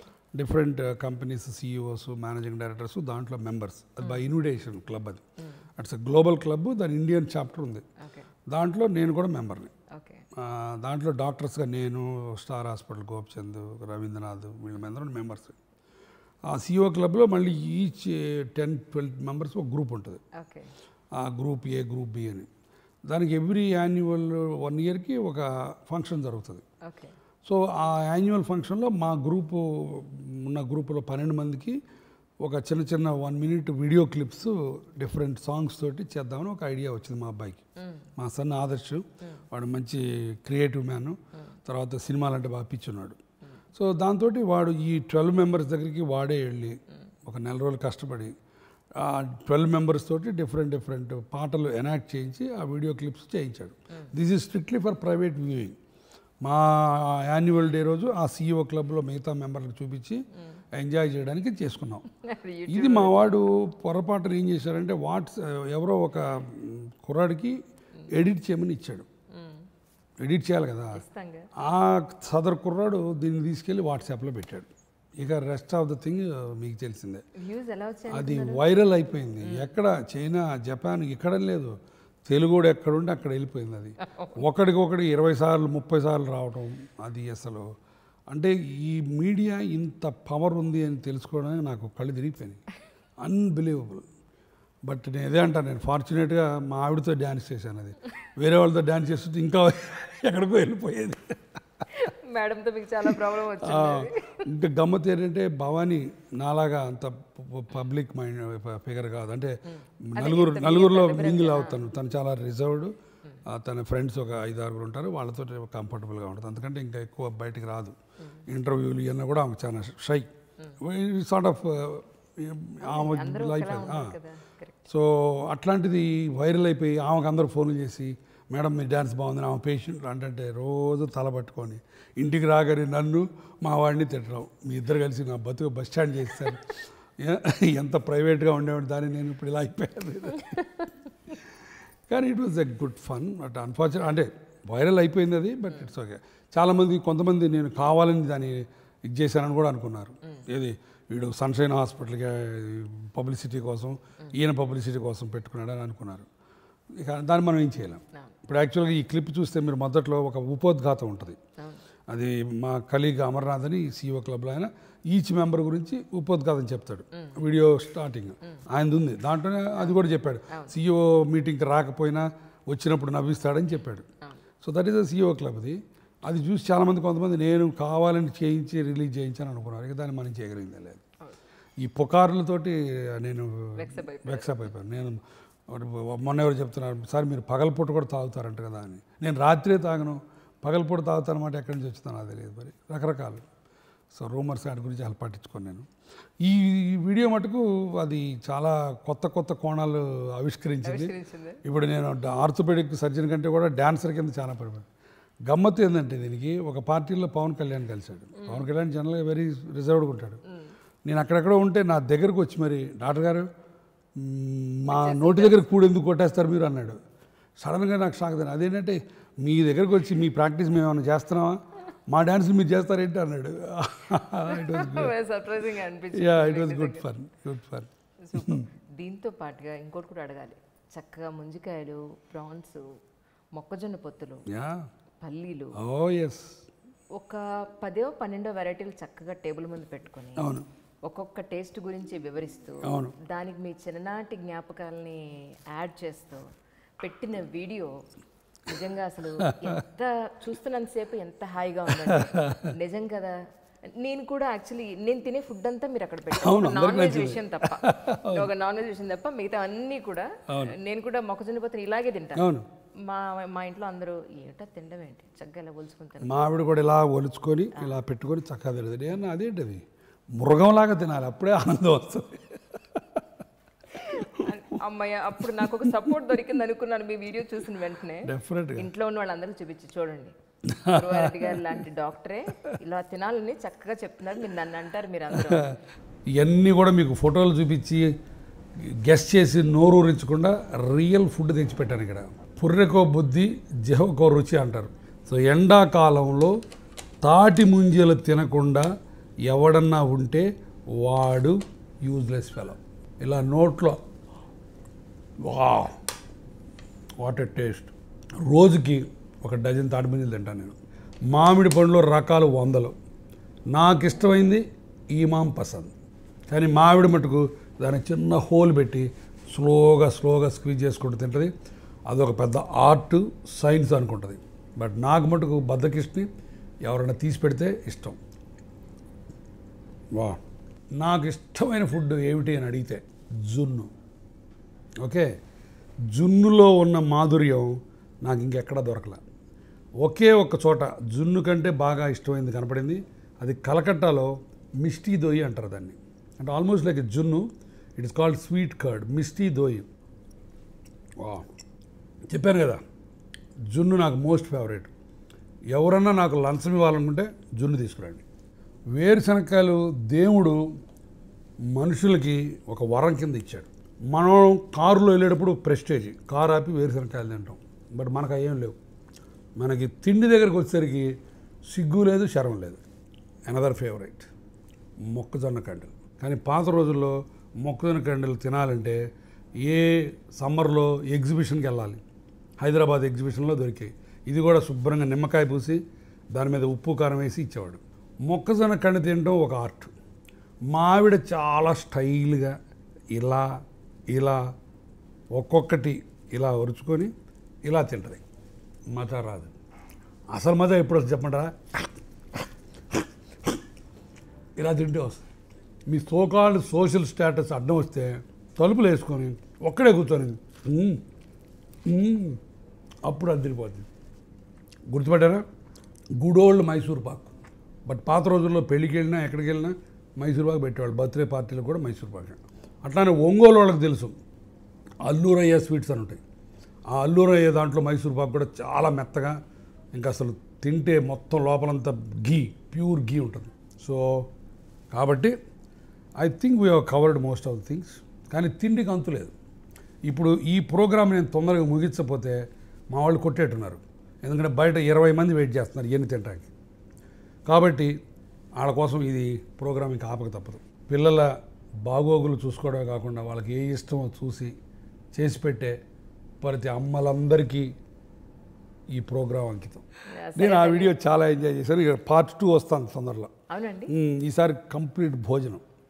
ఎన్ని చిరుతిళ్ళు, ఈసారి నిజం భోజనం. మొత్తం మా అమ్మ చేసిన గుత్తి వంకాయ కూర దగ్గర నుంచి, టొమాటో పప్పు దగ్గర నుంచి, పులిహోర దగ్గర నుంచి మొత్తం ఇంకా పెద్ద టేబుల్. నేను మన సౌత్ ఇండియన్ ఫుడ్స్ నేను బాగా నేను చెప్తాను, మీరు కంట్రిబ్యూట్ చేయండి. డన్. అది వచ్చినప్పుడు మీకు చెప్తాను. నాకు ఇష్టం వచ్చింది అడుగుతాను, మీరు వండి పంపించండి. అది తినేటప్పుడు టీవీలో చెప్తాను. కంట్రిబ్యూటెడ్ బై అంజలి అని. ఓకే. అలాగే మీ అమ్మాయి పెళ్ళప్పుడు బాపు గారు రమణలాగా వాళ్ళ ఆర్ట్ లాగా చాలా కామెడీగా కార్టూన్స్ వేసి సీన్స్ అవి పెట్టి మరి చాలా చక్కగా పెళ్ళి అనేది ఒక టెన్షన్తో కూడుకున్న పని కాకుండా చాలా ప్రశాంతంగా ఆహ్లాదకరంగా చేశారట. అవునండి. దాని గురించి ఒకసారి చెప్తారు? అది ఇప్పుడు ఒక్కసారి మనకి ఆ భావుకత మనసులో ఉంటే ప్రతి దాంట్లో అది బయటపడుతుంది. ఒక విజిటింగ్ కార్డు దగ్గర నుంచి, కన్సల్టింగ్ రూమ్ దగ్గర నుంచి, మీరు నా కన్సల్టింగ్ రూమ్ చూసారో లేదో, దాని నిండా బొమ్మలు, డిఫరెంట్ ఆర్టిస్టుల పెయింటింగ్స్ ఉంటాయి. సో అట్లానే భావుకత ఒకసారి ఉన్నప్పుడు ప్రతి వాక్ ఆఫ్ లైఫ్లో అది బయటపడుతుంది. సో అది బర్త్డే కానివ్వండి, మ్యారేజ్ డే కానివ్వండి. నా కొడుకు పెళ్ళి మొన్న పోయిన సంవత్సరం అయింది, కూతురు పెళ్ళి 2 ఏళ్ల కింద అయింది. ఈ 2 పెళ్ళిళ్ళు నా భావుకతకి, నా సృజనాత్మకతకి, నా దానికి ఒక బిగ్ ప్లాట్ఫామ్స్. సో దాంట్లో నేను రెచ్చిపోయా. సో చక్కగా మా పాప ఎంగేజ్మెంట్ ఇక్కడ ఎదురు స్థలంలో చేసాం. అప్పుడు మీరు అన్నట్టు అన్ని కార్టూన్స్ లాగా పెట్టి చేసాం. తర్వాత వాళ్ళ లవ్, మా పాప కూతురు అల్లుడు లవ్ ఎట్లా అన్ఫోల్డ్ అయిందని మా కొడుకు ఆదర్శ్ ఒక మంచి ఇది తయారు చేశాడు, క్యారికేచర్ బుక్ లాగా. సో అట్లా చేసాం. పాప పెళ్ళి ఏమో కేరళలో చేశాను, బాబు పెళ్ళి ఇక్కడే చేశాను, బట్ ప్రీ వెడ్డింగ్ అంతా జైపూర్లో చేసాం. So it was wonderful. అంటే బోత్ పెళ్ళిళ్ళు ఒక పండగలాగా గడిచిపోయినాయి, చాలా చక్కగా వచ్చినాయి. అందరూ ఆత్మీయులు వచ్చి ఆశీర్వదించడం కానీ ఏదైనా బాగా జరిగింది. So we enjoyed this.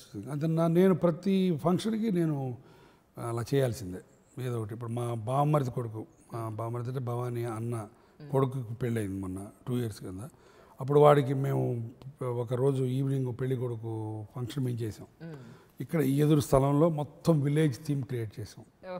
Village theme అంతా మన విలేజ్ లాగా, గాంధీ బొమ్మ, తర్వాత పక్కనే బావి, తర్వాత ఆ గుడి బయట పేకాడుకునే వాళ్ళు, పేకాట రాయిళ్ళు, తర్వాత చెరుకు గడలు, పప్పుండలు, అన్నీ మన పల్లెటూరు వెళ్తే ఎలా ఉంటుందో ఆ సీన్ మొత్తం క్రియేట్ చేసాం.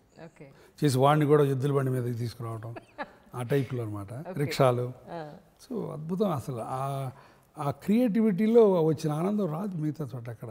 So I involve my self. Wedding cards దగ్గర నుంచి నా పిల్లల వెడ్డింగ్ కార్డ్స్ కూడా మీరు చూస్తే అర్థమవుతుంది. ఎవ్రీథింగ్ ఈజ్ సంథింగ్ యూనిక్ అనమాట. సో అది ఎలా చేశానంటే ఇంక ఫ్రెండ్స్ వాళ్ళందరూ ఈసారి గురవారెడ్డి దగ్గర నుంచి ఏమొస్తుంది అని చూడాలనుకుంటారు. అప్పుడు తర్వాత హాస్పిటల్ హోర్డింగ్స్ కూడా నేనే చేస్తాను, హాస్పిటల్ అడ్వర్టైజ్మెంట్స్ కూడా. సో మొత్తం సర్వకళా వల్లవన్ అనుకోవచ్చు మీరు. సో అది సంగతి. సకల కళా వల్లవన్. అంటే సార్, అంటే ఎంతోమంది డాక్టర్స్ ఉన్నారు మన ఇండియాలో, ఎంతో సంపాదించుంటారు. కానీ నాకు అనిపించింది ఏంటంటే మీరు జీవితాన్ని వేరే కోణంలోంచి ఆస్వాదిస్తున్నారని. కరెక్ట్గా చెప్పారు మీరు. నన్ను చాలామంది డోంట్ యూ డ్రింక్ అంటారు. నేను I tell them I'm drunk on life. That's what it is. నేను లైఫ్ని నేను ఆస్వాదించినట్టు I don't think many people do that. నాకు ఎవ్రీ మినిట్ ఒక సెలబ్రేషన్, ఎవ్రీ మినిట్. మీతో మాట్లాడతాను, మీ ఇంటర్వ్యూ ఒక సెలబ్రేషన్. నాకు మా ఆవిడతోటి పిల్లలతో మాట్లాడుతుంటే ఒక సెలబ్రేషను, పేషెంట్తో మాట్లాడుతుంటే ఒక సెలబ్రేషను, ఒక సినిమాకి వెళ్తే ఒక సెలబ్రేషను, పొద్దునపూట కూర్చొని ఒక పిట్టను చూస్తే సెలబ్రేషను. అసలు లైఫ్ ఈజ్ లైక్ దట్. నాకు dull moments, boring moments, depressing moments చాలా తక్కువ ఉంటాయి, చాలా తక్కువ ఉంటాయి. వస్తాయి అప్పుడప్పుడు, బట్ అవి ఫ్లీటింగ్, అవి ఎక్కువసేపు ఉండవు. అది అగైన్ దేవుడిచ్చిన వరం. నాకు బాధలు లేవు, భయాలు లేవు అన్ను బోల్డ్ ఉన్నాయి. నాకు హాస్పిటల్లో బోల్డ్ అని టెన్షన్స్, బోల్డ్ అన్ని ఛాలెంజెస్ ఉంటాయి. కానీ ఐ జస్ట్ గో హెడ్. ఆ పాజిటివ్ యాటిట్యూడ్, ఇది నన్ను నడిపిస్తుంది, నన్ను బతికిస్తుంది. That's what it is. అసలు నేను చెప్తున్నా కదా, అలా కూర్చుంటాను పొద్దున పూట, ఒక రెల్లు గడ్డి మీద ఒక చిన్న పిట్ట వాలి, ఆ రెల్లు గడ్డి ఇట్లా వంగిపోద్ది. అది వంగేదాకా ఉంటుంది అక్కడ, ఎగిరిపోద్ది. మళ్ళీ రెల్లు గడ్డి ఇలా వస్తుంది, మళ్ళీ వచ్చి కూర్చుంటుంది. అంటే అది ఉయ్యాలన్నమాట దానికి. దానికి ఎవరు నేర్పారు అది? మీరు చూడండి ఎప్పుడన్నా, జస్ట్ గార్డెన్లో కూర్చొని చూడండి, రెల్లుగడ్డి ఉంటే ఆ రెల్లుగడ్డి ఇక్కడ దాకా వచ్చేదాకా పెట్టి అక్కడ ఉంటుంది. అది కింద రాగానే ఎగిరిపోద్ది, మళ్ళీ ఇది రాగానే మళ్ళీ కూర్చుంటుంది. అసలు అద్భుతం ప్రకృతి. నా కోరిక అంటే ఈ మెడిసిన్, ఈ ఆర్థోపెడిక్స్ ఎప్పటికీ రిటైర్ అవుతానో నాకు తెలీదు. యాక్చువల్గా అయితే 2020కి రిటైర్ అవ్వాలనుకున్నాను, బట్ ప్రస్తుత పరిస్థితుల్లో అయ్యే పరిస్థితులు కనపట్లేదు. బహుశా ఇంకొక 5 ఏళ్ళు పనిచేయాలేమో. ఆ తర్వాత అయితే మటుకు నేను ప్రకృతితో మమేకం అయిపోయి I wanted to move around the world and see different nature. అంతే. వరప్రసాద్ రెడ్డి గారితో స్నేహమా లేకపోతే మీ బంధుత్వం ఏమన్నా ఉందా? మోర్ దాన్ బంధుత్వం. వరప్రసాద్ రెడ్డి గారితో నాకు, నేను బావ అంటాను ఆయన్ని, ఎందుకంటే వసంత అక్క అంటాను. ఆయనతో నేను అదే అంటాను, భావరికం కంటే భావరికం ఎక్కువ మాకు. ఆయన భావాలు నా భావాలు ఎక్కువ కలుస్తాయి. నేను I'm a poor man's Varaprasad Reddy అనుకుంటాను నేను అలా ఎందుకు అనుకుంటానంటే ఆయన వ్యక్తిత్వాన్ని అంతగా అనుకరిస్తాను నేను. నాకు ఆయన వ్యక్తిత్వం అంటే అంత ఇష్టం. అసలు ఒక అద్భుతమైన వ్యక్తి ఆయన అసలు నేను చూడాలి అలాంటి వ్యక్తి ఇంతమంది నా లైఫ్లో. ఆయన అంత ఇన్స్పిరేషన్ నాకు, అంత ఇది. సో ఆయన దాన్ని నేను స్ఫూర్తిగా తీసుకొని ఆయన చేసే పనులు చాలా ఇమిటేట్ చేస్తూ ఉంటాను. ఈ పుస్తకాలు ప్రింట్ చేయించడం, సంగీత సభలకి డబ్బులు ఇవ్వటం, తర్వాత ఏదైనా చారిటీస్కి ఇవ్వటం, అట్లా చేస్తూ ఉంటాను ఆయన అందుకనే ఆయన పక్కనే ఇల్లు కట్టుకున్నాను. ఆయనకు ఇంటికి మా ఇంటికి మధ్య గోడలో గేట్ కూడా పెట్టాను. ఇప్పుడు వేరే చోట కూడా ఈ గేట్ తీస్తే ఆ ఇంట్లోకి వెళ్ళిపోవటం ఒక ఇల్లులాగా. సో అక్క వసంత అక్క కూడా చాలా ఇష్టం నాకు. సో వాళ్ళిద్దరు నాకు దేవుడిచ్చిన వరాలు, నిజంగానే వరాలు. కానీ ఒక సర్జరీకి వెళ్ళేటప్పుడు అంటే ఫస్ట్ మీరు చేసిన సర్జరీస్కి ఇప్పటికీ మీలో మైండ్ మెచ్యూరిటీ అనండి, ఏజ్ వైజ్ అనండి, ఎక్స్పీరియన్స్ అనండి, ఎన్ని రకాలుగా చూసినా డెఫినెట్లీ మెచ్యూరిటీ అనేది కనపడుతుంది. కానీ ఒక సర్జరీకి వెళ్ళే ముందు రోజున్న మెంటల్ ప్రెజర్స్ కానీ లేకపోతే ఫైనాన్షియల్ ప్రెజర్స్ కానీ ఇంట్లో మన మనసులో ఉన్న కొన్ని దానికి వ్యతిరేకమైన కొన్ని లక్షణాలనండి ఎలా ప్రిపేర్ అవుతారు? మంచి క్వశ్చన్ అడిగారు. ముందు ఫస్ట్ ఆఫ్ ఆల్ మెచ్యూరిటీ అన్నారు. మా ఆవిడ ఉద్దేశంలో నేను ఇంతవరకు మెచ్యూర్ కాల. మొహమాటం లేకుండా గురువి యూ స్టాప్డ్ గ్రోయింగ్ అంటది. ఇంకా ఎప్పుడు చిన్నపిల్లలాగా ఉన్నాను అనుకుంటుంది. నేను I said I'm fine like that, no problem, I don't want to grow. అందరూ కూడా ఆ ఏజ్లోనే ఆగిపోవాలి. Exactly I want. నేను అదే అంటాను, ప్రతి మనిషిలో ఒక చైల్డ్ ఉంటుంది. మనం ఆ చైల్డ్ని చంపేస్తాం. నేను ఆ చంపలా, ఇంకా చైల్డ్ ఉన్నాడు. అందుకనే నేను రోడ్డు మీదకి వెళ్ళి వేరుశనక్కాయలు కొనుక్కున్న, ఆడుకునే బొడ్డోని వెనకాల నుంచి కొట్టిన, తలుపు దాగిన వాడు భవ్ అని అరిచిన అన్నీ చేస్తాను నేను. అప్పుడు నాలో ఉన్న చైల్డ్ ఉన్నాడు. ఇంకా అది చాలామంది చంపేస్తారు. తర్వాత మీరు అడిగిన క్వశ్చన్కి ప్రెజర్స్ అందరికీ ఉంటాయి. కానీ ఒక లెవెల్కి వెళ్ళిన తర్వాత మెడికల్ ప్రాక్టీస్లో ఒక 15-20 ఏళ్ళు నిష్ఠాతంగా పనిచేసిన తర్వాత 90% of your work will become mechanical అంటే ఆటోమేట్ అయిపోద్ది. It's like a robot. నేను 30 గంటలు అమెరికా నుంచి ట్రావెల్ చేసి వచ్చి మార్నింగ్ ఫ్లైట్ దిగి డైరెక్ట్గా ఆపరేషన్ థియేటర్కి వెళ్ళిపోతాను. ఇప్పుడు మొన్న బార్సిలోనా వెళ్ళాను, మొన్న వీకెండ్ కాన్ఫరెన్స్కి. మార్నింగ్ 8:30కి దిగాను, 9:30కి I was in operating theatre. So automate అయిపోతుంది అది. సో కాబట్టి డెసిషన్ మేకింగ్ తర్వాత ఇవన్నీ కూడా అసలు ఆపరేషన్ థియేటర్కి వెళ్తే బయటికి ఏం గుర్తుండవు. ఈ జస్ట్ ఫోకస్ ఆన్ దట్. అది ఆటోమేటిక్. నేనే కాదు, 90% of the doctors after 20 years of experience will become like that. కాబట్టి ఈ ప్రెజర్స్తో మిస్టేక్స్ చేసేది చాలా తక్కువ. సో నేను అంతే, నా ప్రెజర్స్ ఇవన్నీ కూడా ఆపరేషన్ థియేటర్ బయటపడేయటం. తర్వాత ఇంట్లో కూడా చాలా తక్కువ మాట్లాడతాను నేను. భవానీ నేను ఇద్దరు, భవానీ ఆల్సో హాస్పిటల్లో చాలా హెల్ప్ చేస్తాను నాకు. అప్పుడప్పుడు మాట్లాడుకుంటాం కానీ బట్ పెద్దంతా ఈ డిస్కస్ చేయం. నేను ఎక్కడ ఆలోచించానంటే మీ గురించి, ఇంత సున్నిత మనస్కులు మీరు. ఒక మనిషిని బాడీ ఇలా చర్మాన్ని ఇలా కట్ చేసేటప్పుడు ఎలా ఫీల్ అవుతారు, దాన్ని ఎలా రిసీవ్ చేసుకుంటారు, అంత ఎలా ఉంటారు అంటే మనసు సున్నితం అయినంత మాత్రాన్ని కోయడం అనేది మనిషిని మంచిగా చేయడానికి. కాకపోతే మీరు అన్న దాంట్లో ఇప్పుడు చాలాసార్లు ఇప్పుడు మున్నాబాయ్ ఎంబీబీఎస్లో కూడా డైలాగ్స్ ఉన్నాయి కొన్ని. Doctor should be detached from the patient, ఇమోషనల్గా డిటాచ్ అవ్వాలి, లేకపోతే కరెక్ట్ కాదని ఒక డైలాగ్ ఉంది. But I don't agree with that. నేను డాక్టర్కి ఇమోషన్స్ లేకపోతే ఒక ఎంఆర్ స్కాన్కి డాక్టర్కి తేడా ఉంది, మెషినే కదా. నేను ఆ ఇమోషన్స్ ఇంకా ఉన్నాయి నాలో. ఒక్కొక్కసారి ఎంత ఉంటాయంటే పేషెంట్తో పాటు నేను ఏడుస్తాను, విచ్ ఈజ్ వెరీ డిజార్టరింగ్ మనకు. బట్ నాకు వస్తాయి కళ్ళబడి నీళ్ళు నిజంగానే. ఇప్పుడు పేషెంట్ మదర్నో ఫాదర్నో ఎన్నో రోజులు వాళ్ళ పాపను ఒకసారి యంగ్ పేషెంట్స్ చనిపోయినప్పుడు రిలేటివ్స్ వచ్చి బాధపడినప్పుడు వాళ్ళ చేతులు పట్టుకొని వాళ్ళని ఓదారుస్తూ అదే దాంట్లో నాకు కూడా కళ్ళబడి నీళ్ళు వస్తాయి. 1-2 సార్లు నేను బయట పడిపోయిన క్షణాలు కూడా ఉన్నాయి.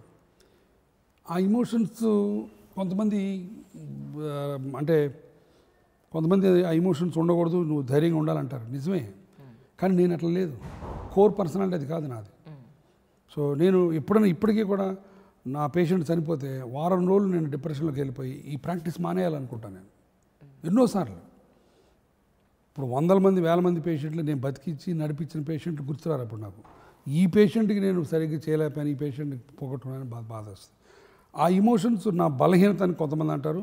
నా బలహీనత అవ్వచ్చు, నా బలం అవ్వచ్చు. But that is the way I am, that's way I'm built. So ఆ ఎమోషన్స్ నేను ఇప్పుడు తెచ్చుకోలేను. అది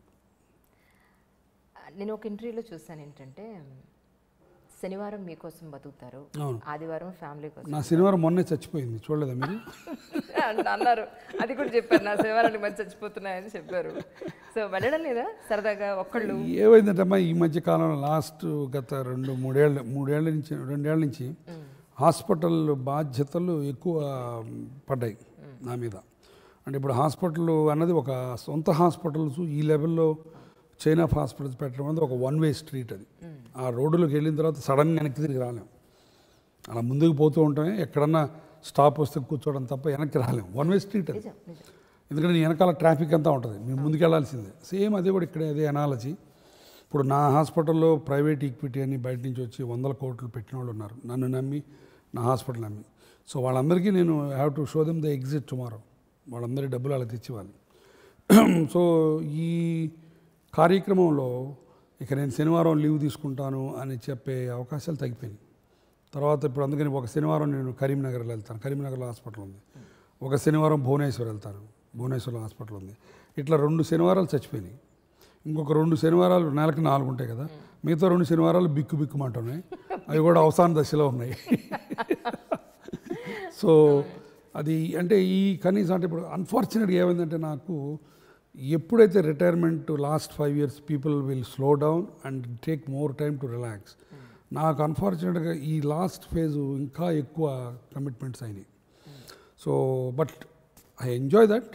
బట్ నేను అనుకున్న దానికి కొంచెం డిఫరెంట్గా అయిపోయింది ఆ జీవన పైన. అది సంగతి. సో 2 శనివారాలు చచ్చిపోయినాయి.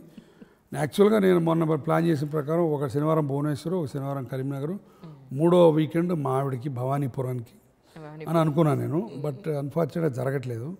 చేయాలి తొందరలో. ఒక ఆదివారం శనివారం నేను భవానీ కలిసి బయటికి వెళ్ళాలని కోరుకుంటున్నాను. చేయాలి అది. అంటే ఈరోజు చాలామంది చెప్పేది ఏంటంటే, వైఫ్ అండ్ హస్బెండ్స్ ఎక్కువ డైవర్స్ అయిపోయి, ఈరోజు ఫ్యామిలీ కోర్టులు ఎక్కువైపోయి, డైవర్స్ కేసెస్ ఎక్కువైపోయి, ఇల్లీగల్ రిలేషన్స్ ఎక్కువైపోయి, దీని అంతటికి కారణం ఏంటంటే వైఫ్ అండ్ హస్బెండ్స్ మధ్య గడిపే టైం తగ్గిపోయిందండి. ఇప్పుడు మీరిద్దరు డాక్టర్స్, టు బి ఫ్రాంక్, ఎవరి ప్రొఫెషన్లో వాళ్ళు చాలా బిజీగా ఉంటారు, గడిపే టైం కూడా తక్కువ. మీ ఇద్దరి బాండింగ్ కానివ్వండి, రైట్ నౌ ఇప్పుడున్న పరిస్థితుల్లో ఈ బిజీ లైఫ్లో ఒక ఇద్దరు భార్యాభర్తలు ఇద్దరు ఎంతో అండర్స్టాండింగ్తో సవ్యంగా చక్కగా వాళ్ళ సంసార జీవితం సాగిపోవాలి అని అంటే వాళ్ళకి మీరు ఏం చెప్తారు? మీరు ఇందాక అడిగినట్టు నేను అందరికీ మెసేజ్లు ఇచ్చేంత సద్గురుని కాదు నేను. కానీ 2 విషయాల్లో నేను ఇవ్వగలను.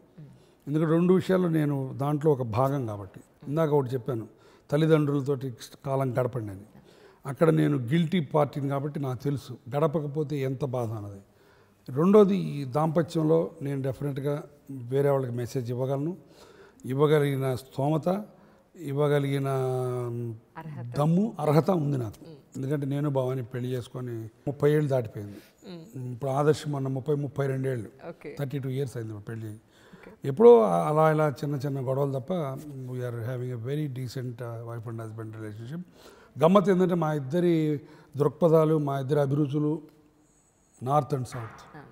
ఫ్యాన్ బెడ్రూమ్లో నాకు 1వ నెంబర్ ఉంటేనే నిద్రపడద్దు, ఆమె 4వ నెంబర్ ఉండాలి. అక్కడి నుంచి ఆమెకి 2 ఉంటే క్రౌడ్, నాకు 200 మంది ఉన్నా కూడా తప్పని చాలదు. ఇట్లా ఉంటుంది మా ఇద్దరి. నాకు డార్క్ కలర్స్ ఇష్టం, ఆమెకి పేస్టల్స్ ఇష్టం. ఇప్పుడు ఈ రెడ్ షర్ట్ మీద బోర్డు అంత కామెంట్లు వేస్తుంది ఇప్పుడు ఎలాగానే. ఓకే. సో బట్ మే ఇద్దరం we learned how to live with each other by giving each one own space. అది ఇప్పుడు యంగర్ జనరేషన్కి ఉంటలా, ఆ పేషెన్స్ లేదు. మొన్న ఎవరు చెప్తున్నారు, ఎవరో ఒక ఎంగేజ్మెంట్ అయిన తర్వాత కాబోయే మొగుడు ప్లేట్లో 2 కోడిగుడ్లు పెట్టుకున్నాడని చెప్పి వదిలేసిందని చెప్పి, అంత లేఖిగా తింటున్నాడని. అంటే అది might be exaggeration, but people have become so opinionated and so impatient with each other. ఎక్కడుందమ్మా ఐడియల్ మ్యారేజ్ సినిమాలో చూపించినట్టు? ఎక్కడ ఉండదు. ప్రతి మ్యారేజీ give and take. So that's what it is. End of the day నేను అదే అంటాను, 80% of the time normal human being is good irrespective. 20% of the time ఆ లోపల ఉన్న లొసుగులు, ఆ లోపల ఉన్న డెఫిషియన్సీస్ బయటపడతాయి. హస్బెండ్ వైఫ్ ఆ 20% బయటకు తీసుకొచ్చి కొట్టుకుంటారు. దాన్ని ఇలా తిప్పి 80% చూపించుకుంటే ఉండవు, ప్రాబ్లమ్స్ ఉండవు. ఇప్పుడు మా మా పార్ట్నర్ వచ్చి ఒకటి హర్ట్ చేసినప్పుడు అసలు అంతకుముందు ఇచ్చిన మంచి జ్ఞాపకాలు గుర్తు తెచ్చుకుంటే ఈ హర్ట్ మర్చిపోతాం, అంతే కదా. సో అది ఇక్కడ ఉన్న యంగ్స్టర్స్కి మటుకు లేదు, అది I really wish that they should have. అందుకని డివోర్స్ రేట్ ఎక్కువైపోతుంది, పేషెన్స్ తగ్గిపోయింది. So that's what it is. నిజం సార్. ఇంకొకటి అడగాలి మిమ్మల్ని, ఏంటంటే జ్యుడిషియరీ సిస్టమ్ మన న్యాయ వ్యవస్థలో కానీ, అంటే ప్రజలకు సేవ చేసే కొన్ని ప్రత్యేకమైన ఉన్నాయి, డాక్టర్స్ కానీ ఇంజనీర్లు కానీ, ఇప్పుడు ఇందాక చెప్పిన న్యాయ వ్యవస్థ కానీ, వీళ్ళలో కమర్షియల్ ఆస్పెక్ట్స్ ఎక్కువైపోతాయి, నిజంగా ప్రజలు ఇబ్బంది పడిపోతారు కదా సార్. ఇది ఒక ఏమంటుందని పెద్ద డిబేట్ క్వశ్చన్ ఇది. కమర్షియల్ ఆస్పెక్ట్ అనేది డెఫినెట్గా ఎక్కువైంది, అది which is very very bad అండి. కాకపోతే కొన్ని బేసిక్ విషయాలు మర్చిపోతున్నారు పీపుల్ ప్రెస్ మర్చిపోతున్నారు. డాక్టర్ కూడా తినాలి, డాక్టర్కి కూడా జీవితం ఉంటుంది, డాక్టర్కి కూడా కోరికలు ఉంటాయి. అట్లా లేకుండా ఇప్పుడు ప్రతి పేషెంట్ని మీరు ఫ్రీగా చూడాలి, ప్రతి పేషెంట్ని ఇది చేయాలి అని అంటే అది ఇట్స్ నాట్ పాసిబుల్. ఇప్పుడు తీసుకుంటే పేషెంట్ వెల్ఫేర్ని స్టేట్ తీసుకోవాలి, సొసైటీ తీసుకోవాలి. అందుకని ఇండివిజువల్ డాక్టర్స్ అన్న తర్వాత ఇండివిజువల్ డాక్టర్ ఓకే, అత్యాస ఉండి పేషెంట్ని ఫ్లీ చేసే డాక్టర్ గురించి నేను చెప్పట్లేదు. బట్ జనరల్గా మనోళ్ళు ఇప్పుడు సోషల్ మీడియాలో కానీ ప్రెస్లో కానీ చూపించేది ఏంటంటే ప్రతి డాక్టరు ఒక వెధవే, ప్రతి డాక్టరు డ్రాక్యులానే, ప్రతి డాక్టరు ఒక బందిపోటే, ప్రతి డాక్టరు ఒక కూనీకారుడే అని చెప్తున్నారు. Which is very unfortunate, not right అమ్మా. 90% డాక్టర్స్ రాత్రి పౌళ్ళు లేకుండా పనిచేస్తుంటారు. మీరు డాక్టర్లు, కొంతమంది డాక్టర్ల జీతాలు చూస్తే మీకు అర్థమవుతుంది, పీనట్స్. సో ఇప్పుడు పేషెంట్ని, ఇప్పుడు ఒక పేషెంట్కి డయాగ్నోసిస్ తప్పు చేసామని డాక్టర్ని కొడితే లాయర్ని కొట్టాలా, బ్రిడ్జ్ పడిపోయింది ఇంజనీర్ని కొట్టాలా, చంపేయాలి, అంతే కదా. But that's not right. తర్వాత మనం మోస్ట్ ఆఫ్ ద దేశాల కంటే మన దేశంలో హెల్త్ కేర్ చాలా అఫోర్డబుల్ అండ్ చాలా మంచి హెల్త్ కేర్, దాంట్లో డౌటే లేదు. దేశ విదేశాల నుంచి కూడా మనకి ఇక్కడ తక్కువ అని చెప్పి దాంట్లో. బట్ మీరు అన్నట్టు కమర్షియల్ ఆస్పెక్ట్స్ పెరిగిపోయినాయి, which is definitely not right. నేను కూడా చాలాసార్లు బాధపడతాను. అది గమ్మత్ ఏంటంటే డాక్టర్ ప్రాక్టీస్లో అసలు కమర్షియల్గా ఆలోచించకుండానే కోట్లు సంపాదించుకోవచ్చు if you're a good doctor. No issue. పేషెంట్ని ముందు అసలు డబ్బులు మధ్య వదిలేసి పేషెంట్ని బాగా జాగ్రత్తగా చూసుకుంటే money is an automatic by product of your profession. ఏ ప్రొఫెషన్లో ఉంది కదా, పేషెంట్ని బాగు చేస్తే పేషెంట్ వచ్చి కాళ్ళకి దండం పెట్టి దేవుడు సార్ మీరు అంటాడు, మళ్ళీ డబ్బులు ఇచ్చి వెళ్తాడు. ఇంకా వేరే ప్రొఫెషన్లో ఉండదు అది. You are getting a gratitude and a money. So that is where. But అన్ఫార్చునేట్గా కొంతమంది డాక్టర్లే దాన్ని కమర్షియలైజ్ చేసి దాన్ని పబ్లిసైజ్ అయిపోయింది, అన్ఫార్చునేట్. అసలు లేకపోతే మీరు 100 మంది పేషెంట్లు ట్రీట్ చేయండి, 99 మంది డబ్బులు ఇచ్చి వెళ్తారు మీరు అడగకుండానే, అంతే కదా. So that's what it is. But commercial aspect నుంచి బయటికి రావాలి. అట్లని చెప్పి ప్రతి వాళ్ళు మదర్ తెరేసా లాగా చారిటీ చేయక్కర్లేదు. మీ బాధ్యత సక్రమంగా నిర్వర్తించండి, మనీ ఆటోమేటిక్ బై ప్రోడక్ట్. నేను నా డాక్టర్స్కి, నా ఫెలోస్కి వాళ్ళకి అదే చెప్తాను. వాళ్ళందరూ అడుగుతుంటారు, సార్ ఏం చేయాలి, సక్సెస్ ఎట్లా చేయాలి, ఎట్లా చేయాలంటే చెప్తాను, ఏం లేదు, don't put money as a primary driving force. మీకేం సార్ ఇప్పుడు మొత్తం అన్నీ సంపాదించుకుని ఇప్పుడు చెప్తారు మీకు అని అనుకుంటారా? నేను అదే చెప్తాను. నేను అపోలోలో చేరిన మొదటి రోజు నుంచి ఈ రోజు వరకు నా దృక్పథం, పేషెంట్ పట్ల నాకున్న అంకిత భావం, డబ్బుతోటి ముందు పెట్టకుండా వెనకబెట్టే వ్యక్తిత్వం ఆ రోజు నుంచి ఉన్నాయి నాకు. అందుకని I'm very happy and I'm successful, reasonably successful. ఏది ప్రొఫెషనల్గా కానీ ఫైనాన్షియల్గా కానీ నేనేం అడుక్కోవట్లేదు. సో ఎందుకని మీరు అలాంటి అందరూ చేయొచ్చు. బట్ కొంతమంది ఏం చేస్తారంటే ఈ పేషెంట్ని ఆపరేట్ చేస్తే 50,000 వస్తాయి, ప్లాస్టర్ వేస్తే 5,000 వస్తాయి కాబట్టి ఆపరేషన్ చేద్దాం అమ్మ అని వెళ్ళిపోతుంది. అప్పుడు ప్రాబ్లమ్ స్టార్ట్ అవుతాయి. That's the biggest bugbear of the profession. అది రెసిస్ట్ అయ్యి తట్టుకున్నవాడు మొదట్లో ఏమిటంటే ఈ రోజుల్లో రన్నింగ్ రేస్ ఎక్కువైపోయింది. సో ఇప్పుడు మొదట్లో మన పక్కోడు సంపాదిస్తున్నాడు, మనం ఇంకా సంపాదించట్లేదు, పక్కోడు మెర్సిడెస్ కారు కొన్నాడు, మనకి ఇంకా ఈ కారు ఉంది, భార్య దగ్గర నుంచి మొదలవుతాయి. సో ఈ హ్యావ్స్ అండ్ హ్యావ్ నాట్స్ మధ్య ఉన్న ఈ యుద్ధంలో చాలామంది డాక్టర్లకు ఫోకస్ పోద్ది. మొదట 2 ఏళ్ళు తట్టుకుంటే ఈ ప్రెషర్స్ని, ప్రాక్టీస్ ఏం పర్లేదు, నాకు వచ్చిన ప్రాక్టీస్ నాకు వచ్చింది, నేను ఇంటికి అద్దె కట్టుకుంటున్నాను, ఎలక్ట్రిసిటీ కట్టుకుంటున్నాను, భోజనం పెట్టగలుగుతున్నాను, నేను మంచిగా ప్రాక్టీస్ చేస్తాను అని ఆ 2 ఏళ్ళు తట్టుకుంటే he's on the highway. Successful మంచి డాక్టర్, ఒక్క డాక్టర్ని చూపించండి భేదోడిని, ఎవరు లేరు. అందరికీ రీజనబుల్ థింగ్ ఉంది. ఇక డబ్బులకి అంత ఎక్కడుంది? 10 కోట్ల 100 కోట్ల 1000 కోట్ల అనేది ఇమ్మెటీరియల్, అది అంతే కదా, that subjective. But all the doctors are adequate. All the doctors have got food on their table, roof on their heads, and they can get their children educated properly. అంతే కదా, అక్కడితో ఆగితే చాలు. అది ప్రాబ్లం మనకి. అంటే మా అమ్మమ్మలు మా అమ్మలు చెప్పారు ఏంటంటే హస్తవాసి అనేది ఉంటుందమ్మా, తప్పకుండా చాలా సెంటిమెంట్ గా పనిచేస్తూ ఉంటుంది. అలాగే గురువారెడ్డి గారి దగ్గరికి వెళ్తే గనక నీ రీప్లేస్మెంట్ ఆయన హస్తవాసి అది డెఫినెట్ గా సక్సెస్ అవుతుంది అని చెప్పని చాలా మంది పేషెంట్స్ దగ్గరే నేను తీసుకోవడం జరిగింది. మీ విషయంలో వాళ్ళ దగ్గర నుంచి ఫీడ్బ్యాక్ తీసుకోవడం జరిగింది. సో ఆ హస్తవాసి మీకు ఎలా పనిచేస్తుంది? అది హస్తవాసి అన్నది నేను నవ్వుకునేవాడిని మొదట్లో, బట్ ఇప్పుడు దానికి చాలా నమస్కారం పెడుతున్నాను. ఎందుకంటే నా ప్రాక్టీస్ ఇది సిగ్నిఫికెంట్ మీరు అన్నమాట. హస్తవాసి అన్నది అది నేనేమనుకుంటానంటే ఈ హస్తంలోకి వాసి రావాలంటే గుండెలోంచి రావాలి. గుండె ప్రశాంతంగా స్వచ్ఛంగా నిర్మలంగా ఈ పేషెంట్ నా మనిషి అనుకుంటే ఈ హస్తవాసి వస్తుంది. అది నాకు గట్టి నమ్మకం. అంతమించి ఇంకేం లేదు అక్కడ హస్తవాసి. నాకు చాలాసార్లు మీరు అన్నమాట పేషెంట్లు చెప్తారు, అయ్యా మీరు ముట్టుకుంటే చాలా తగ్గిపోద్ది. అది బ్లైండ్ బిలీఫ్. ఒకసారి నాకు ఒక అద్భుతమైన సంఘటన జరిగింది. నేను జనరల్గా బ్యాక్ పెయిన్స్ వాటిని చూడను, ఓన్లీ నీ పెయిన్స్ ఈ పెయిన్స్ చూస్తాను. ఒక పేషెంట్, ఒక హస్బెండ్ వైఫ్ అక్కడ ఒంగోలు నుంచి వచ్చారు. వాళ్ళ ఆవిడకి బ్యాక్ పెయిన్ అన్నాడు. సరే అమ్మ నేను బ్యాక్ పెయిన్ చూడను, సరే మీరు వచ్చారు కదా అని చెప్పి కూర్చోబెట్టి వేరే స్పైన్ సర్జన్ ఉన్నాడమ్మా ఆయనకు చూపిస్తానని చెప్పి ఆయన ఫోన్ చేసి మాట్లాడాను. ఈమెతోటి 2 నిమిషాలు మాట్లాడి ఇంకా ఆయన దగ్గరికి పంపించానని చెప్పి పంపించాను. నేను ఆమెకి పరీక్ష చేయాల ముట్టుకోలే, బట్ మాట్లాడాను 2-3 నిమిషాలు మాట్లాడి ఆ ముందే స్పైన్ డాక్టర్ గారికి ఫోన్ చేసి పంపిస్తున్నానని చెప్పి పంపించాను. వాళ్ళు ఎందుకో ఇబ్బందిగా వెళ్తున్నారు, నాకు అర్థమైపోయింది. తలుపు దాకా వెళ్ళారు. వెళ్ళి అట్లా తలుపు దాటింది. హస్బెండ్ వెనక్కి వచ్చి లిటరల్గా నా కాళ్ళు పట్టుకొని, అయ్యా ఒక్కసారి మా ఆవిడ పట్టుకోండి మీరు అన్నాడు. నాకు అసలు మిక్స్డ్ ఫీలింగ్స్. ఏంటిది ఇంత బ్లైండ్ బిలీఫ్ ఇది? ఏదో నేను గాడ్ మెన్ లాగా నేను ఆమెను ఆశీర్వదించి పట్టుకోవడం ఏంటిది? బట్ రెండో వైపు అతని ఆ హస్తవాసి, కానీ పేషెంట్కి మాత్రం డాక్టర్ నిజంగా దేవుళ్ళ దట్స్ వాట్ ఐమ్ సేయింగ్. ఆ హస్తవాసిలో ఉన్న అద్భుతం అది. సో దాంతో మిరకిల్స్ క్రియేట్ చేయొచ్చు పేషెంట్కి. అప్పుడు ఐ థాట్ ఓహో దిస్ ఈజ్ హస్తవాసి, ది హైట్ ఆఫ్ హస్తవాసి నాకు అర్థమైంది ఈరోజు అనుకున్నాను. ఎమ్మడి మళ్ళీ ఆమె వెనక్కి పిలిచి ఆ మీద మళ్ళీ చేసి ఒక 2 నిమిషాలు మళ్ళీ మాట్లాడి, అమ్మ నేను స్పైన్ నేను చూడను కాబట్టి అక్కడ పంపిస్తున్నాను, లేదంటే నువ్వు చాలా ఇంపార్టెంట్ నాకు అని చెప్పి మళ్ళీ భుజం మీద చేసి తలుపు దాకా తీసుకెళ్ళి పంపిస్తే అప్పుడు నమస్కారం పెట్టి వెళ్ళారు. సో నిజంగా ఆ టచ్ ఆఫ్ ది డాక్టర్ చాలా ఇంపార్టెంట్. నన్ను చాలామంది అడుగుతుంటే నేను చెప్తుంటాను 4 టీలు ఉంటే చాలు డాక్టర్కి.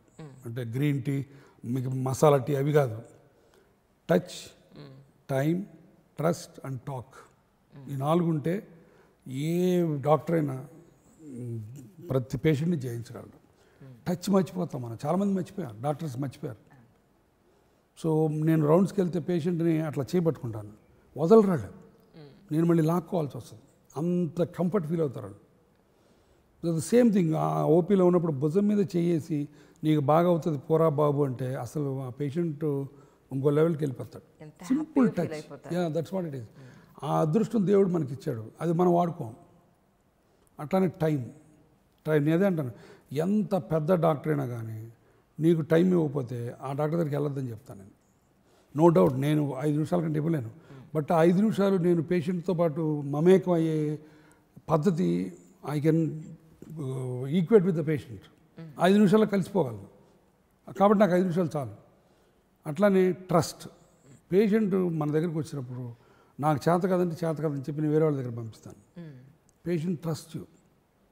ఇక 4వది టాక్, మాట. అదే అంటే డాక్టర్ చాలామంది సార్ మీ చేతులు ఇన్సూర్ చేశారా అని అడుగుతారు. నా చేతులు కదరా బాబు, నోరు ఇన్సూర్ చేసుకోవాలి నేను, ఇది పోతే నా ప్రాక్టీస్ పోయినట్టే అని చెప్తూ ఉంటాను నేను. సో ఈ 4 టీలు చాలా ముఖ్యం ఏ డాక్టర్కైనా సరే.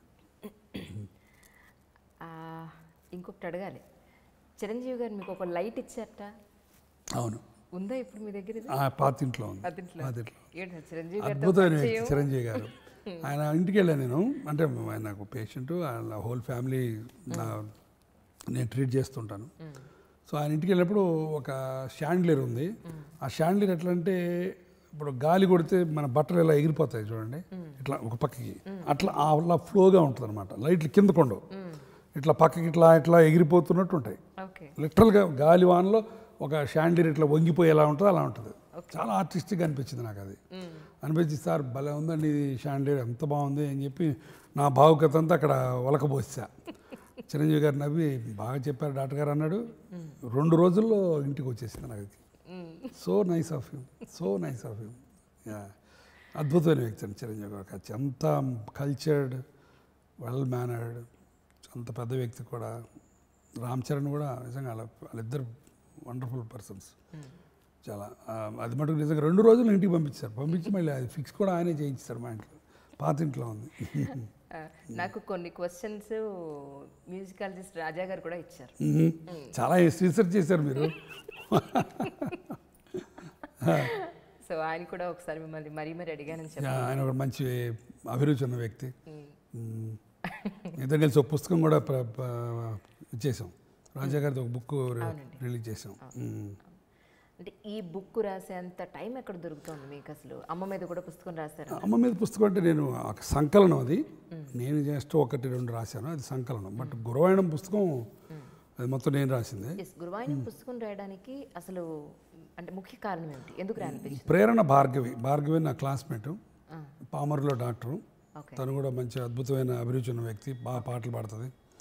సో ఆమె ఒకసారి గురువి నువ్వు సొల్లు కబుర్లు తెగ చెబుతుంటావు, అందరి మధ్యలో కూర్చొని అందరినీ చాలా ఎంటర్టైన్ చేస్తుంటావు కదా, గురువి ఆ సొల్లు కబుర్లన్నీ నువ్వు ఎవడెడ్ రైట్ ఇది అని రాసి అంది అని. ఆయన మన శర్మ గారు అప్పుడు ఆంధ్రభూమి ఎడిటరు, ఆయన is quiet keen to print it. అంటే పిచ్చిదాన సొల్లు కబుర్ ప్రెస్లో ఎవడు చదువుతాడంటే లేదు నువ్వు రాయి బాగుంటుందని రాయమంది. సరే వారం ఒకటి రాద్దాం, 4 వారాల తర్వాత తాళ్ళే మానేస్తారులే అని మొదలుపెట్టాను. 52 వీక్స్ రాశాను, 1 year రాసాం. అది కానీ చాలా న్యాచురల్గా ఉంది. Just what it, that is the beauty of it. Yeah, నేను అదే నాకు దానికి ఒక భాష లేదు, ఒక చట్టం లేదు, ఒక ఇజం లేదు. నా ఇష్టం వచ్చినట్టు రాసి పారేసాను. సో అది పీపుల్కి బాగా పట్టుకుంది. సో దాని తర్వాత నేను నా ఒపీనియన్స్, నా చిన్నప్పుడు అనుభవాలు పంచుకున్నాను.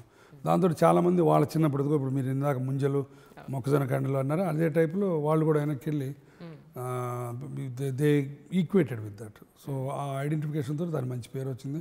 3 ప్రింట్లు వేయించాం. ఇప్పుడు ఆల్మోస్ట్ 3000 కాపీస్ అయిపోయినట్టున్నాయి.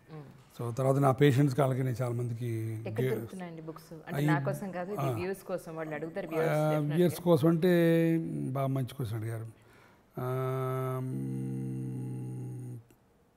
ఐ థింక్ ఆన్లైన్లో ఉన్నట్టున్నాయి, Amazon.comలో ఉన్నట్టున్నాయి.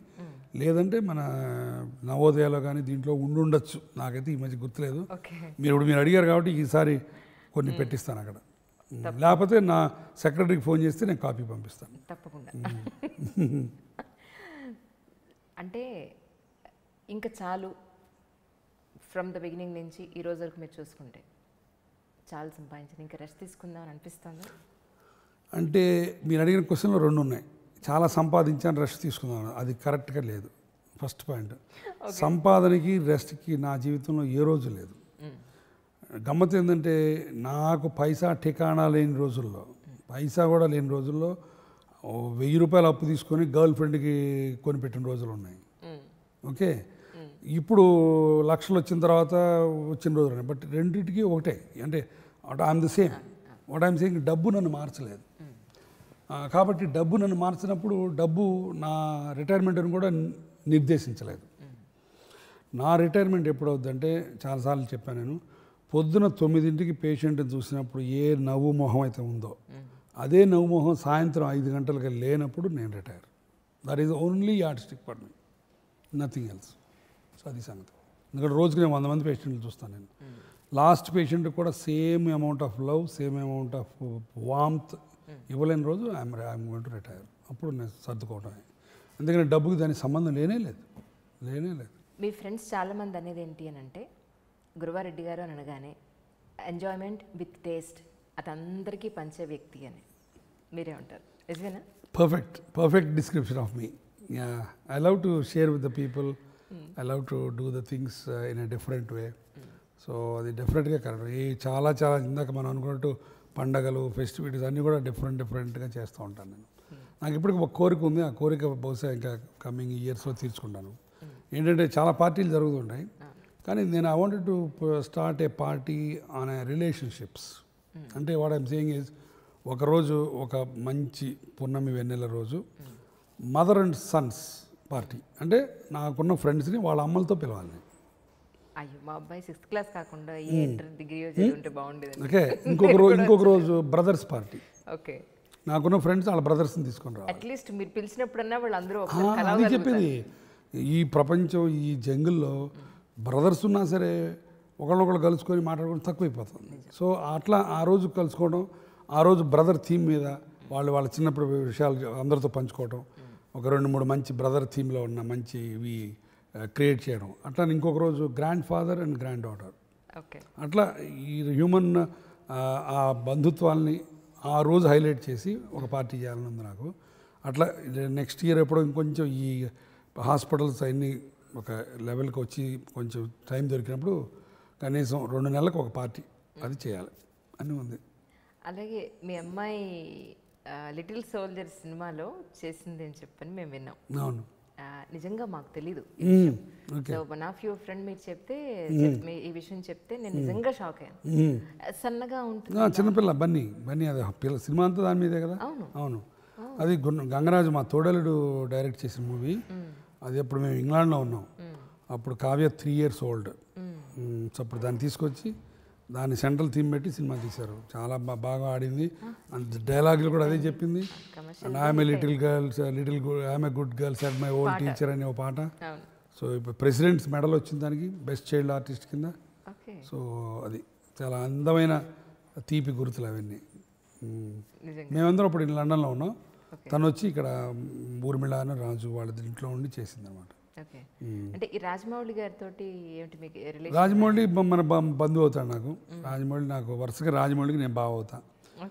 రాజమౌళి భార్య రమ, కీరవాణి భార్య వల్లి, మా తోడలుడు గంగరాజు, వీళ్ళందరూ బ్రదర్స్ అండ్ సిస్టర్స్. సో ఆ రకంగా బంధుత్వం. సో డెఫినెట్ గా మీరు సినిమాలో కనిపించే అవకాశం బ్రహ్మాండంగా ఉంది. ఎప్పుడో డాక్టర్ గారికి సినిమా రంగ ప్రవేశం. ఇప్పుడు రాజమౌళి నెక్స్ట్ సినిమా వస్తుంది కదా, జూనియర్ ఎన్టీఆర్ రామ్ చరణ్ తోటి. ఇవాళ ఫోన్ చేసి బాస్ నాకు నెక్స్ట్ ఒక రోల్ పెట్టమని చెప్తాను. నైస్.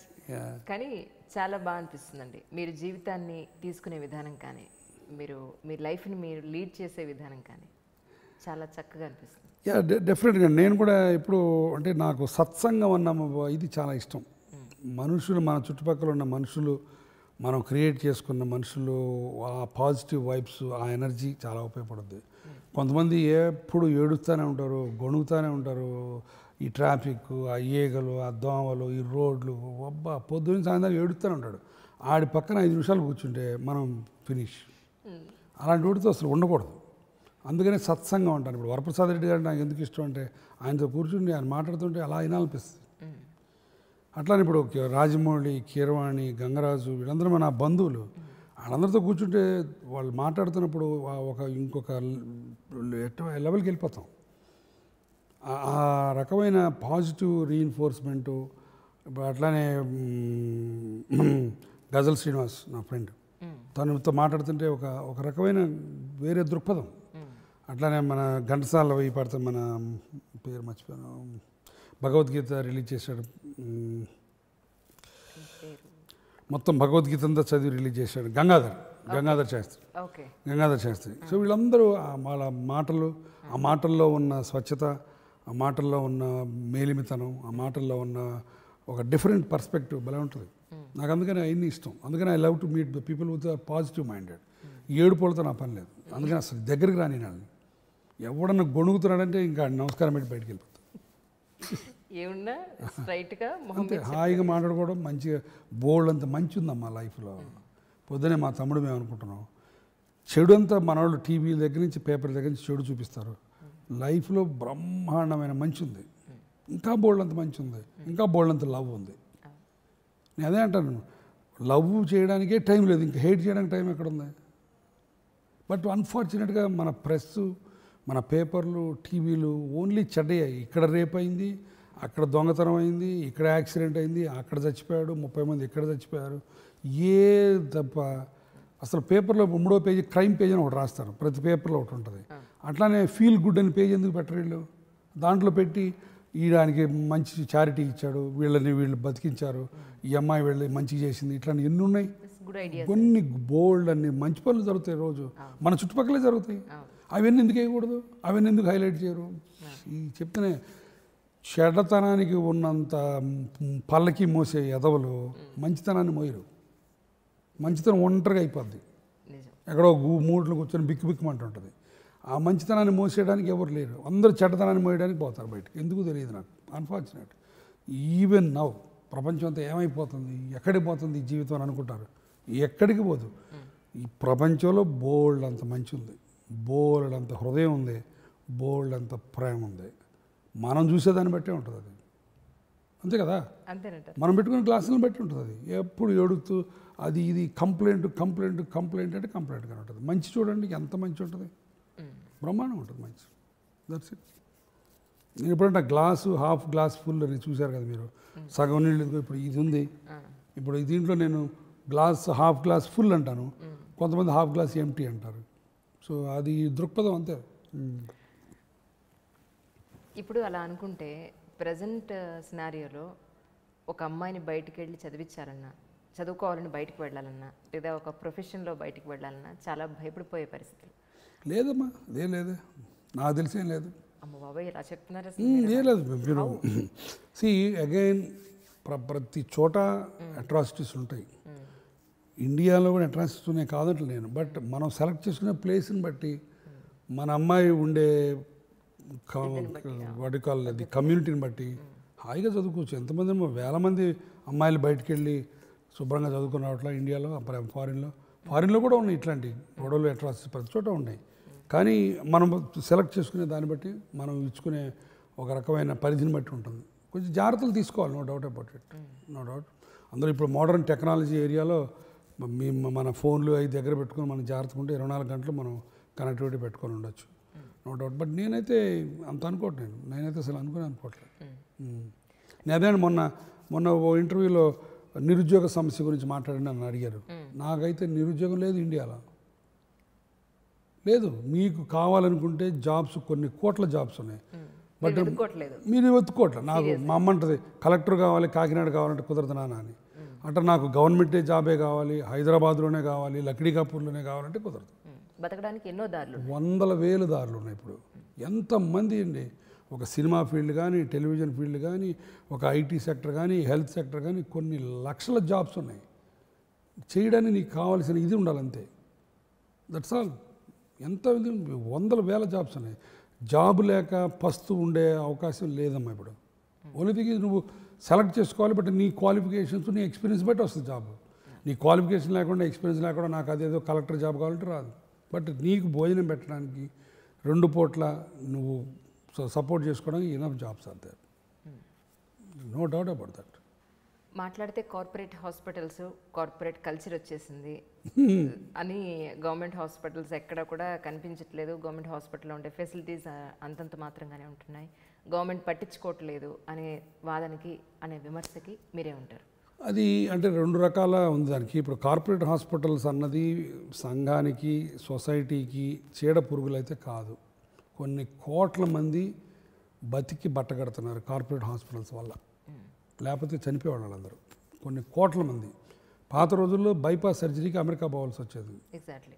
ఇప్పుడు బైపాస్ సర్జరీ కొన్ని వేలు లక్షలు చేస్తున్నారు మన వాళ్ళు. ఇప్పుడు ఇండియాలో జరగని ఆపరేషన్ అంటూ లేదు, హైదరాబాద్లో జరగని ఆపరేషన్ అంటూ లేదు. సో అంత సామాన్య మానవుడికి కూడా నో డౌట్ కొన్ని కాస్ట్లీ ఉంటాయి, బట్ అందుబాటులో ఉండి వచ్చిన ఈ ఆ వైద్యం ఇక్కడ కూడా అందుతుంది అనే ఒక అవగాహన అన్ని కార్పొరేట్ హాస్పిటల్స్ పైన వచ్చినాయి. There is no doubt. So corporate hospitals సంఘానికి పట్టిన చీడ పురుగులు కాదు. కొన్ని కార్పొరేట్ హాస్పిటల్స్లో కొంతమంది చేసే కొన్ని పనుల వల్ల చెడ్డ పేరు రావచ్చు, బట్ ఓవరాల్ కార్పొరేట్ హాస్పిటల్స్ వల్ల, ఈ చైన్ ఆఫ్ హాస్పిటల్స్ వల్లే ఇండియాలో ఇంతమంది ఈ రోజుకి ఆరోగ్యంగా బతుకుతున్నారు. ఆ రకంగా అపోలో హాస్పిటల్ ప్రతాప్ రెడ్డి గారిని ఎప్పుడూ దండం పెట్టుకుంటాను నేను. ఆయన ఆద్యుడు దీనికి, ఇది కార్పొరేట్ హాస్పిటల్ దానికి. ఇకపోతే గవర్నమెంట్ హాస్పిటల్స్కి కార్పొరేట్ హాస్పిటల్స్కి అన్నది అన్ఫార్చునేట్. మన ఆంధ్రాలో, తెలంగాణలో గవర్నమెంట్ హాస్పిటల్స్ ఒకప్పుడు కొంచెం తక్కువ ఉండేవి, బట్ ఇప్పుడు మోడర్న్, ఇప్పుడు లేటెస్ట్ చీఫ్ మినిస్టర్స్ ఇద్దరు, అక్కడ చంద్రబాబు గారు కానీ, ఇక్కడ కేసీఆర్ గారు కానీ, they now got the very rededicated focus on the government hospitals. చాలా కొన్ని మంచి మంచి పనులు జరుగుతున్నాయి ఇప్పుడు గవర్నమెంట్ హాస్పిటల్స్ కూడా. గవర్నమెంట్ హాస్పిటల్స్లో హార్ట్ ట్రాన్స్ప్లాంట్ జరుగుతున్నాయి, గవర్నమెంట్ హాస్పిటల్స్లో రీనల్ ట్రాన్స్ప్లాంట్ జరుగుతున్నాయి. ఇప్పుడు గవర్నమెంట్ హాస్పిటల్ ఇప్పుడు కేసీఆర్ గారు మొన్న పెట్టినట్టు ఈ డెలివరీ ఇది పెట్టారు ఒకటి, అంటే గవర్నమెంట్ హాస్పిటల్లో డెలివరీ అయితే నగదు పథకం ఇస్తారు. సో ఇప్పుడు బోల్డ్ అండ్ గవర్నమెంట్ హాస్పిటల్స్లో డెలివరీలు పెరిగిపోయినాయి. తర్వాత ఇప్పుడు గవర్నమెంట్ హాస్పిటల్స్లో వినూత్నంగా రోజుకు ఒక కలర్ బెడ్షీట్స్ అని పెట్టారు, అంటే బెడ్షీట్స్ మార్చడానికి ఎవ్రీడే. అట్లా చాలా నావెల్స్ జరుగుతున్నాయి. కాదు అన్ఫార్చునేట్గా ఏమవుతుందంటే గవర్నమెంట్ హాస్పిటల్లోకి వెళ్ళేసరికి ఒక లెవెల్కి వెళ్ళేసరికి సిస్టమ్ పడుకుంటుంది, దాంతో మళ్ళీ ఫోకస్ పోతుంది. బట్ నా సలహా అడిగితే మటుకు government hospital private public and partnership ఉండాలమ్మా, ప్రధానికి అది ఉండాలి. ఇద్దరికి బాధ్యత. ఒక పార్క్ కానీ, ఒక రోడ్డు కానీ, ఒక పబ్లిక్ ప్లేస్ కానీ, ఒక హాస్పిటల్ కానీ ప్రైవేట్ వాళ్ళకి ఇచ్చి మీరు రన్ చేయండి, మీరు మాకు ఇంత డబ్బులు ఇవ్వండి అంటే బ్రహ్మాండంగా ఉంటుంది. ఇప్పుడు ఇవాళ పేపర్లో చూసాం రెడ్ ఫోర్ట్ని ప్రైవేట్ వాళ్ళకి ఇచ్చారని, దాని మీద బోల్డ్ అంత క్రిటిసిజం వస్తుంది. But that is the best thing నన్ను అడిగితే. ఎందుకంటే ఈ మాన్యుమెంట్స్ ఇవన్నీ గవర్నమెంట్స్ రన్ చేయలేకపోతున్నాయి. బట్ వేరేస్ ప్రైవేట్కి ఇవ్వండి, they make it spick and span. So that is the way forward. Everything airports చూడండి, ప్రైవేట్ వాళ్ళు ఇచ్చిన ఎయిర్పోర్ట్స్ ఎంత బాగుంటాయో. సో సేమ్ థింగ్ ఇప్పుడు ఎక్కడైనా సరే మన ఏ వనరులైనా సరే ప్రైవేట్కి ఇచ్చి నువ్వు 10 రూపాయలు చేసుకో, బట్ నాకు పబ్లిక్ పనికి వచ్చేట్టు చేయంటే బ్రహ్మాండంగా చేస్తారు. నీ టూరిస్ట్ స్పాట్స్ కూడా ప్రైవేట్ వాళ్ళకి ఇచ్చి పార్ట్నర్షిప్స్. ఇప్పుడు ఎందుకు రోడ్లు చూశారు కదా మీరు, రోడ్లన్నీ పీపీపీ ఇప్పుడు పబ్లిక్ ప్రైవేట్ పార్ట్నర్షిప్ ఎంత బాగా వచ్చినాయి రోడ్లు. సో సేమ్ థింగ్ ఇది కూడా, that is the way. Hospitals కూడా ఇప్పుడు బాగానే వస్తున్నాయి గవర్నమెంట్ హాస్పిటల్, బట్ స్టిల్ ఇంకా రావాలంటే నెక్స్ట్ మెథడ్. ఇప్పుడు కేసీఆర్ గారు దాంట్లో కొన్ని చేశారు కూడా. ఇప్పుడు డయాగ్నోస్టిక్స్ అన్నీ కూడా ప్రైవేట్ కంపెనీస్కి ఇచ్చి వాళ్ళని మెయింటైన్ చేయమన్నాడు. ఇప్పుడు ఎంఆర్ స్కాన్లు, సిటీ స్కాన్స్. సో డెఫినెట్గా వాళ్ళు బాగా మెయింటైన్ చేస్తారు, డౌటే లేదు దాంట్లో. అండ్ ఫెసిలిటీస్ బాగుంటాయి. అది వైద్యం విషయంలో కొన్నేళ్ల క్రితం, అంటే ఒక 10-15 ఏళ్ల క్రితం వరకు కూడా ఇన్ని స్పెషాలిటీస్ లేకపోతే స్పెషలైజ్డ్ డాక్టర్స్ ఇంతమంది ఉండేవాళ్ళు. అవును. ఇప్పుడు ఏంటంటే ప్రతి దానికి కూడా బోన్కి, నరాలకి సపరేట్ అయిపోయింది, స్పెషలైజ్డ్ డాక్టర్స్ అయిపోయారు. సో ఇది ఆహ్వానించదగ్గ పరిణామం ఉంటుంది. మంచిదా చెడ్డదా అని అడుగుతున్నారా? డెఫినెట్గా మంచిదే, నో డౌటే పడతారు. ఎందుకంటే వైద్యం ఎంత పెరిగిపోయిందంటే, ఇప్పుడు నా ఆర్థోపెడిక్స్ తీసుకోండి, నేను జనరల్ ఆర్థోపెడిక్స్ సర్జన్ అంటే దాని అర్థం నేను ఐఎమ్ నాట్ డూయింగ్ జస్టిస్. నేను జాయింట్ రిప్లేస్మెంట్ సర్జన్. నేను నీసు హిప్స్ మట్టుకే చేస్తాను, షోల్డర్ చేయను. షోల్డర్కి ఇంకో స్పెషలిస్ట్ ఉన్నాడు, స్పైన్కి ఇంకో స్పెషలిస్ట్ ఉన్నాడు. నేను ఈ నీసు హిప్స్ నేర్చుకోవడానికి అప్డేట్గా ఉండడానికి టైం సరిపోదు నాకు, అంతుంది అక్కడ. సో వేరే ఎక్కడ పట్టించుకుంటాను నేను.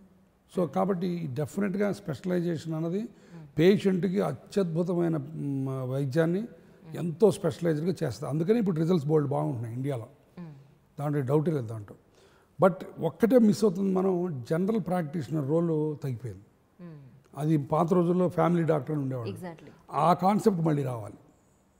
స్పెషాలిటీ ఉండాలి, బట్ ఫ్యామిలీ డాక్టర్ అన్న కాన్సెప్ట్ మళ్ళీ రావాలి. బట్ ఈ కాన్సెప్ట్ పోవడానికి తప్పు సగం పేషెంట్లది కూడా. ఇప్పుడు పేషెంట్ తలనొప్పి వస్తే ఎంబీబీఎస్ డాక్టర్ దగ్గరికి వెళ్తాడు, డైరెక్ట్గా న్యూరాలజిస్ట్ దగ్గరికి వెళ్తాడు. అది కూడా ఎంఆర్ స్కాన్ తీయించుకొని మరీ వెళ్తాడు, అర్థం కదా. సో అలాంటప్పుడు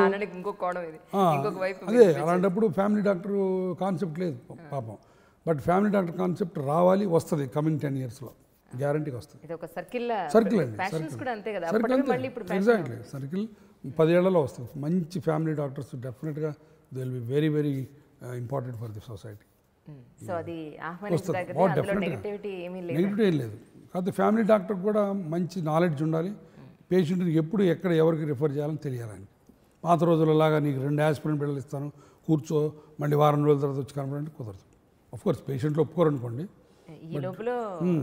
బట్ మంచి ఫ్యామిలీ డాక్టరు, బేసిక్ అంత నాలెడ్జ్ తెలిసిన డాక్టర్ అత్యద్భుతంగా చేయొచ్చు. డెఫినెట్.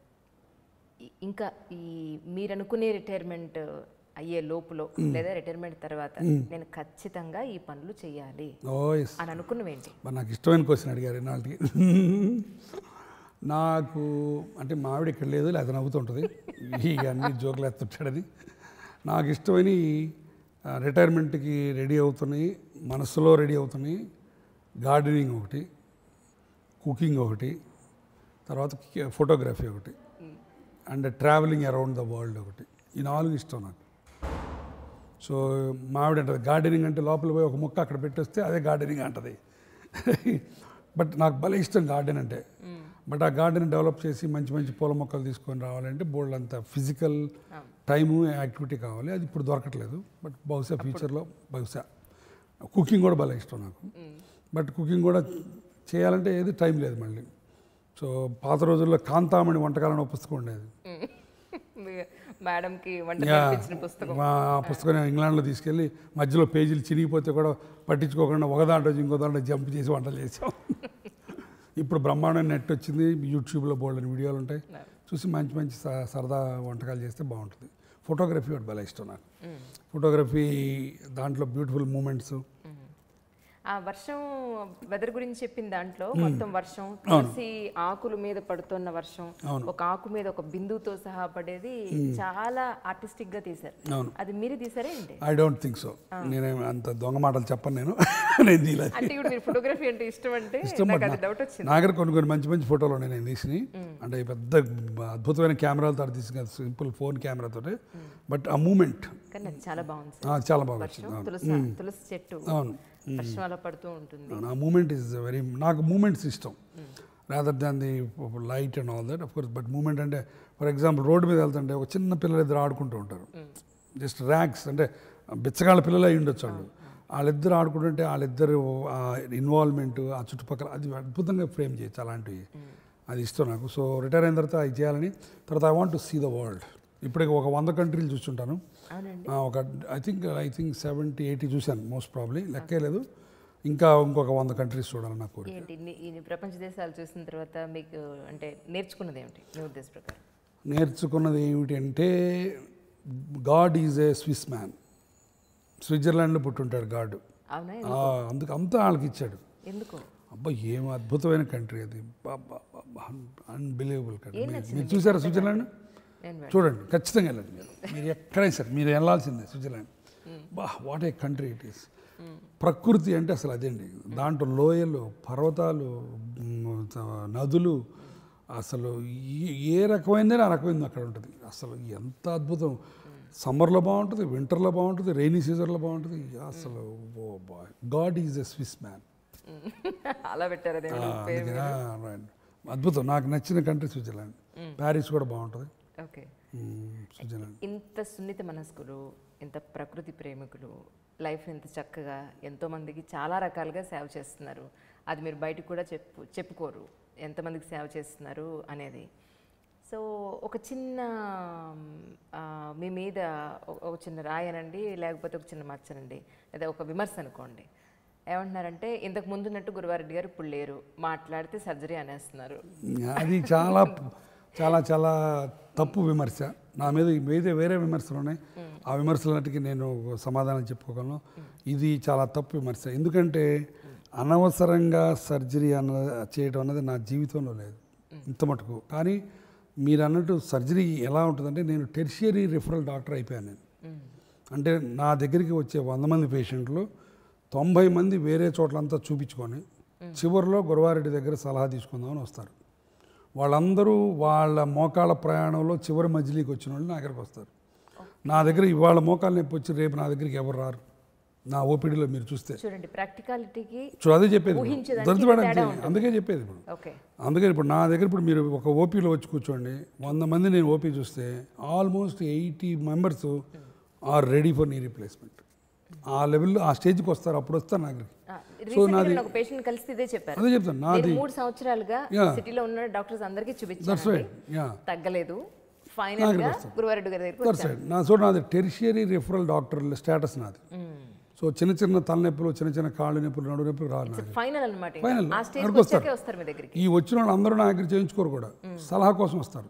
అంటే ఈయన చెప్తే రైట్. సో అది ఒకటి నాకు సొసైటీలో అదొకటి ఉంది, గురువారెడ్డి ట్రూత్ చెప్తాడని.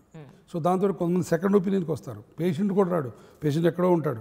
వాళ్ళు ఒపీనియన్ ఎంఆర్ స్కాన్ పట్టుకొస్తారు. సార్ ఇది పలానా డాక్టర్ ఆపరేషన్ అన్నాడు, మీ ఉద్దేశం ఏంటని అంటారు. రోజుకి నాకు 10 మంది ఉంటారు అట్లా సెకండ్ ఒపీనియన్ కోసం వచ్చేవాళ్ళు. సో నేను ఎందుకంటే ఫ్రాంక్గా చెప్పేస్తాను, ఒపీనియన్ అసలు ఏ మార్చను. సో ఈ సదరు విమర్శ, ఇప్పుడు నువ్వు డే టైం తాగుతావు, నువ్వు మంచోడివి కాదు, చెడ్డోడివి, విమర్శలు అన్నిటికంటే భయంకరమైన విమర్శ. ఎందుకంటే కాదు, మీరు కరెక్ట్గా చెప్పారు. ఎందుకంటే ప్రజాముఖంగా నేను చెప్పుకునే అవకాశం వచ్చింది నాకు. ఈ పేషెంట్లకి డాక్టర్ మీద ఉన్న మిస్కన్సెప్షన్స్లో ఇదొకటి. గురువారెడ్డి దగ్గరికి వెళ్తే ఆపరేషన్, నా దగ్గర ఇప్పుడు మీరు వస్తే 100 మంది పేషెంట్లు రోజుకి 30-40 మందికి ఆపరేషన్ వద్దురా బాబు అని వెనక్కి పంపిస్తాను. అనవసరమైన ఆపరేషన్ నేనే కాదండి, ఏ డాక్టరు చేయడు. తర్వాత ఇంకా కొంతమంది నా కలీగ్సే కొంతమంది గురవారెడ్డి దగ్గరికి కుడి మోకాల ఆపరేషన్కి వెళ్తే 2 కాళ్ళు చేస్తాడని అంటారు. అది ఇంకొక రకమైన విమర్శ, పనికి మాలని గిట్టనోళ్ళకి చెప్పే విమర్శ ఇది. అది కూడా చెప్పాము. బట్ ఏమంటాం, సపోజ్ కుడికాలు అరిగింది అనుకోండి, 70 ఏళ్ల వ్యక్తి, 65 ఏళ్ల వ్యక్తి, ఎక్స్రే 2 కాళ్ళకి తీస్తాం. ఎడమ కాలు కూడా నొప్పి ఉంటుంది, ఇది ఎక్కువ ఉంది నొప్పి అంటాడు. అప్పుడు మనం ఏం చెప్తాం, బాబు 2 కాళ్ళకి అవసరం, పెద్ద కూతురు పెళ్ళైన తర్వాత రెండో కూతురు రెడీ అవుద్ది కాబట్టి 2 కాళ్ళు ఒకేసారి చేయించుకుంటే నీకు సుఖం, ఒక నొప్పిలో 2 అయిపోతాయి, కవల పిల్లలు పుట్టినట్టు అని చెప్తాం. That's what it is. If I'm the patient I would rather get it done, ఒక్కసారి 2 చేయించుకొని హ్యాపీగా ఉంటాను నేను. దీన్ని మా మిగతా డాక్టర్లు ట్విస్ట్ చేసి గురవారెడ్డి దగ్గరికి 1 కాలు కోసం వెళ్తే 2 కాళ్ళు చేస్తాడు, పనికి మాలిన విమర్శలు. బట్ అవి నన్ను ముట్టుకో, అర్థం కదా. ఇది ప్రశాంతంగా ఉండి రాత్రిపూట పడుకుంటే నేను పేషెంట్లకి మంచి చేశాను అన్న క్లియర్ కాన్షియస్ తోటి నిద్ర పట్టితే ఈ రూమర్లని డోంట్ బాదర్ అట్ ఆల్. నా మీద చాలా ఉన్నాయి రూమర్లు, ఇట్లాంటి ఒకటి కాదు, 100.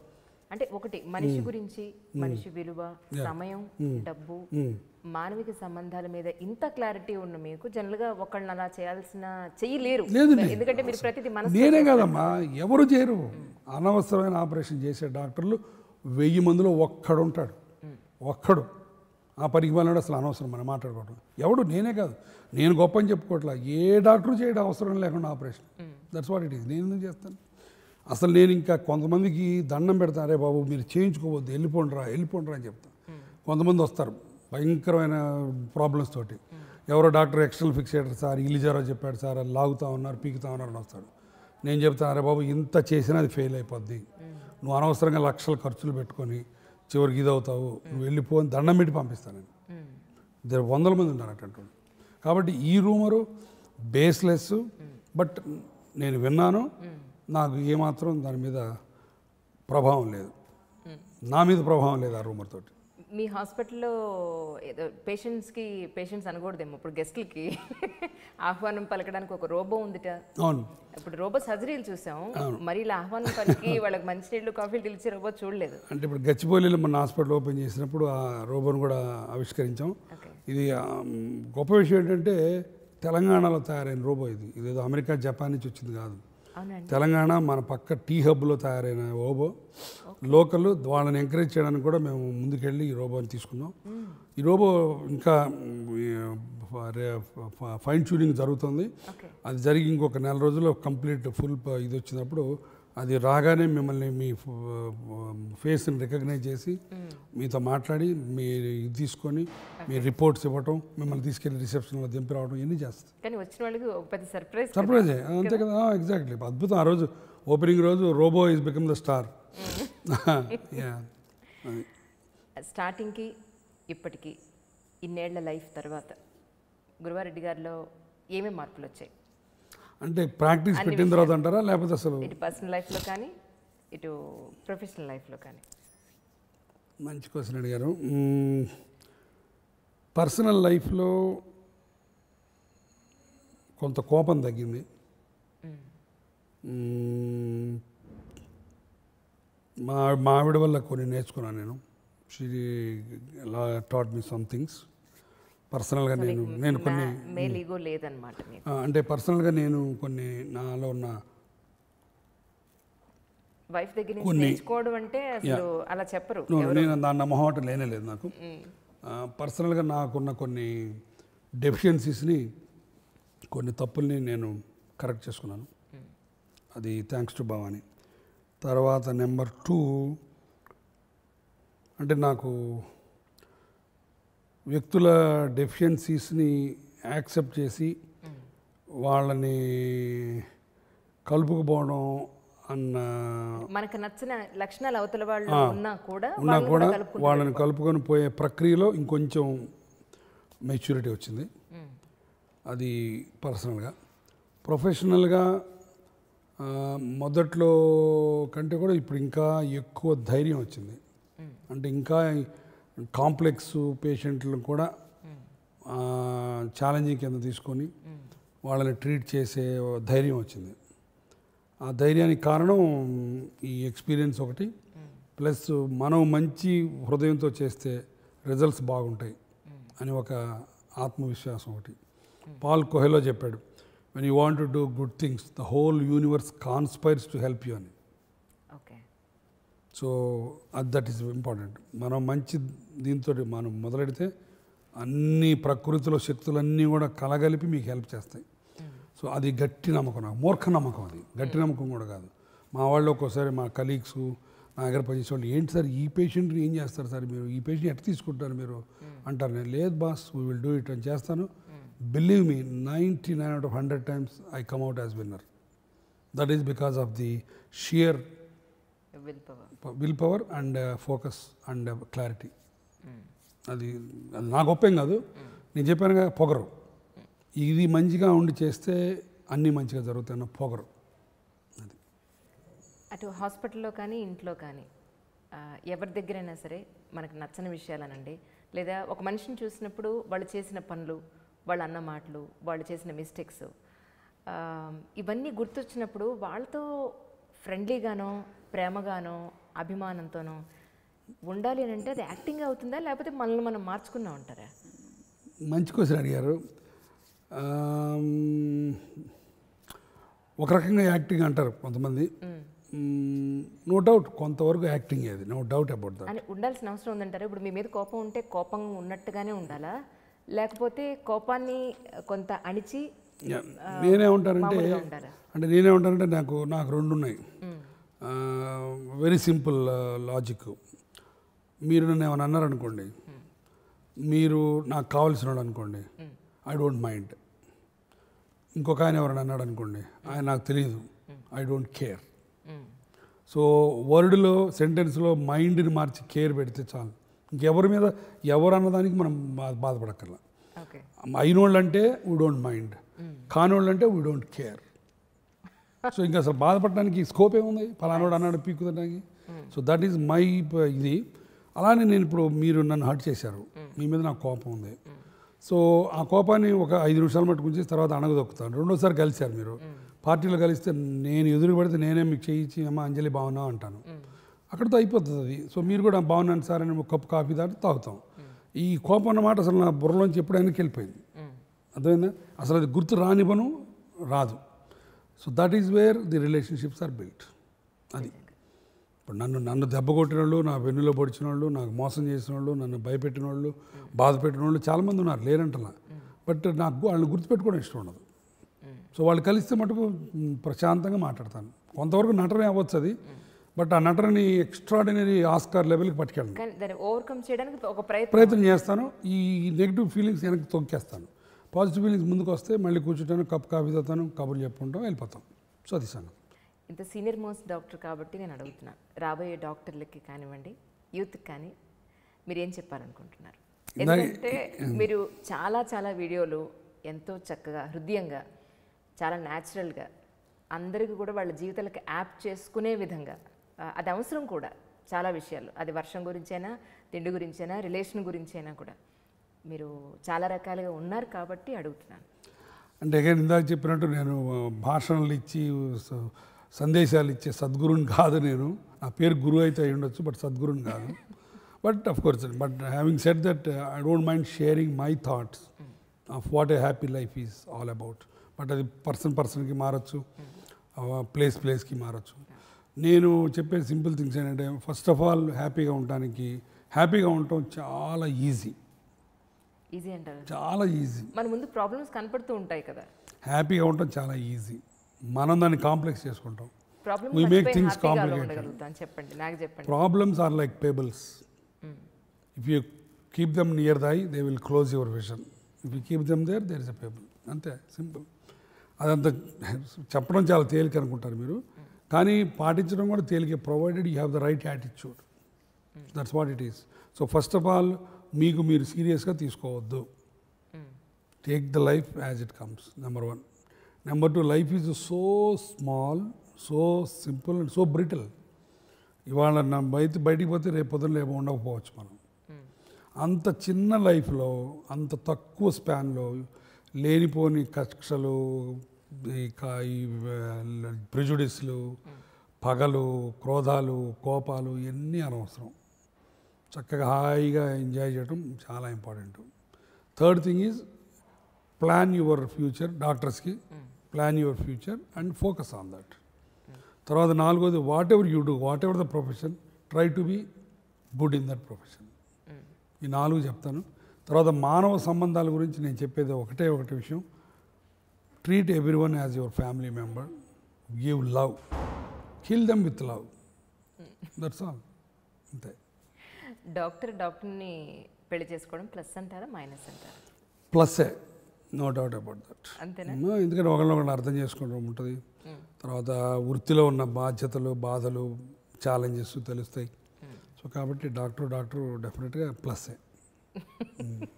నిజంగా సార్, యాక్చువల్లీ ఇంకా మాట్లాడాలని ఉంది, టు బి ఫ్రాంక్. ఇంకా మీ వాళ్ళు క్లోజ్ అంటారు, ఇంతసేపు ఎవరు చూస్తారు? లేదు, మీ లంచ్ టైం మేడం కూడా సండే పూట వచ్చారు, వీళ్ళు ఇంకా వెళ్ళట్లేదు, వెయిట్ చేస్తూ ఉంటారు. ఐ థింక్ నేను మీ ప్రైవేట్ టైం నేను తీసేసుకున్నాను. పర్లేదమ్మా, చాలా చాలా నేను కూడా బాగా ఎంజాయ్ చేశాను. చాలా సంతోషంగా ఉంది. Thank you very much. Thank you so much. Thank you sir. నాకు కూడా ఇలాంటి ఇంటర్వ్యూస్ నాలో ఉన్న మనిషిని బయటికి తీయడానికి ఉపయోగపడతాయి, నాలో ఉన్న భావుకతతో పంచుకోవడానికి ఉపయోగపడతాయి, నాలో ఉన్న అనుభవాల్ని, భావాల్ని పంచుకోవడానికి ఉపయోగపడతాయి. So it's a platform for me to reinvent my self. So I enjoy. Thank you so much. Thank you sir. Thank you so much.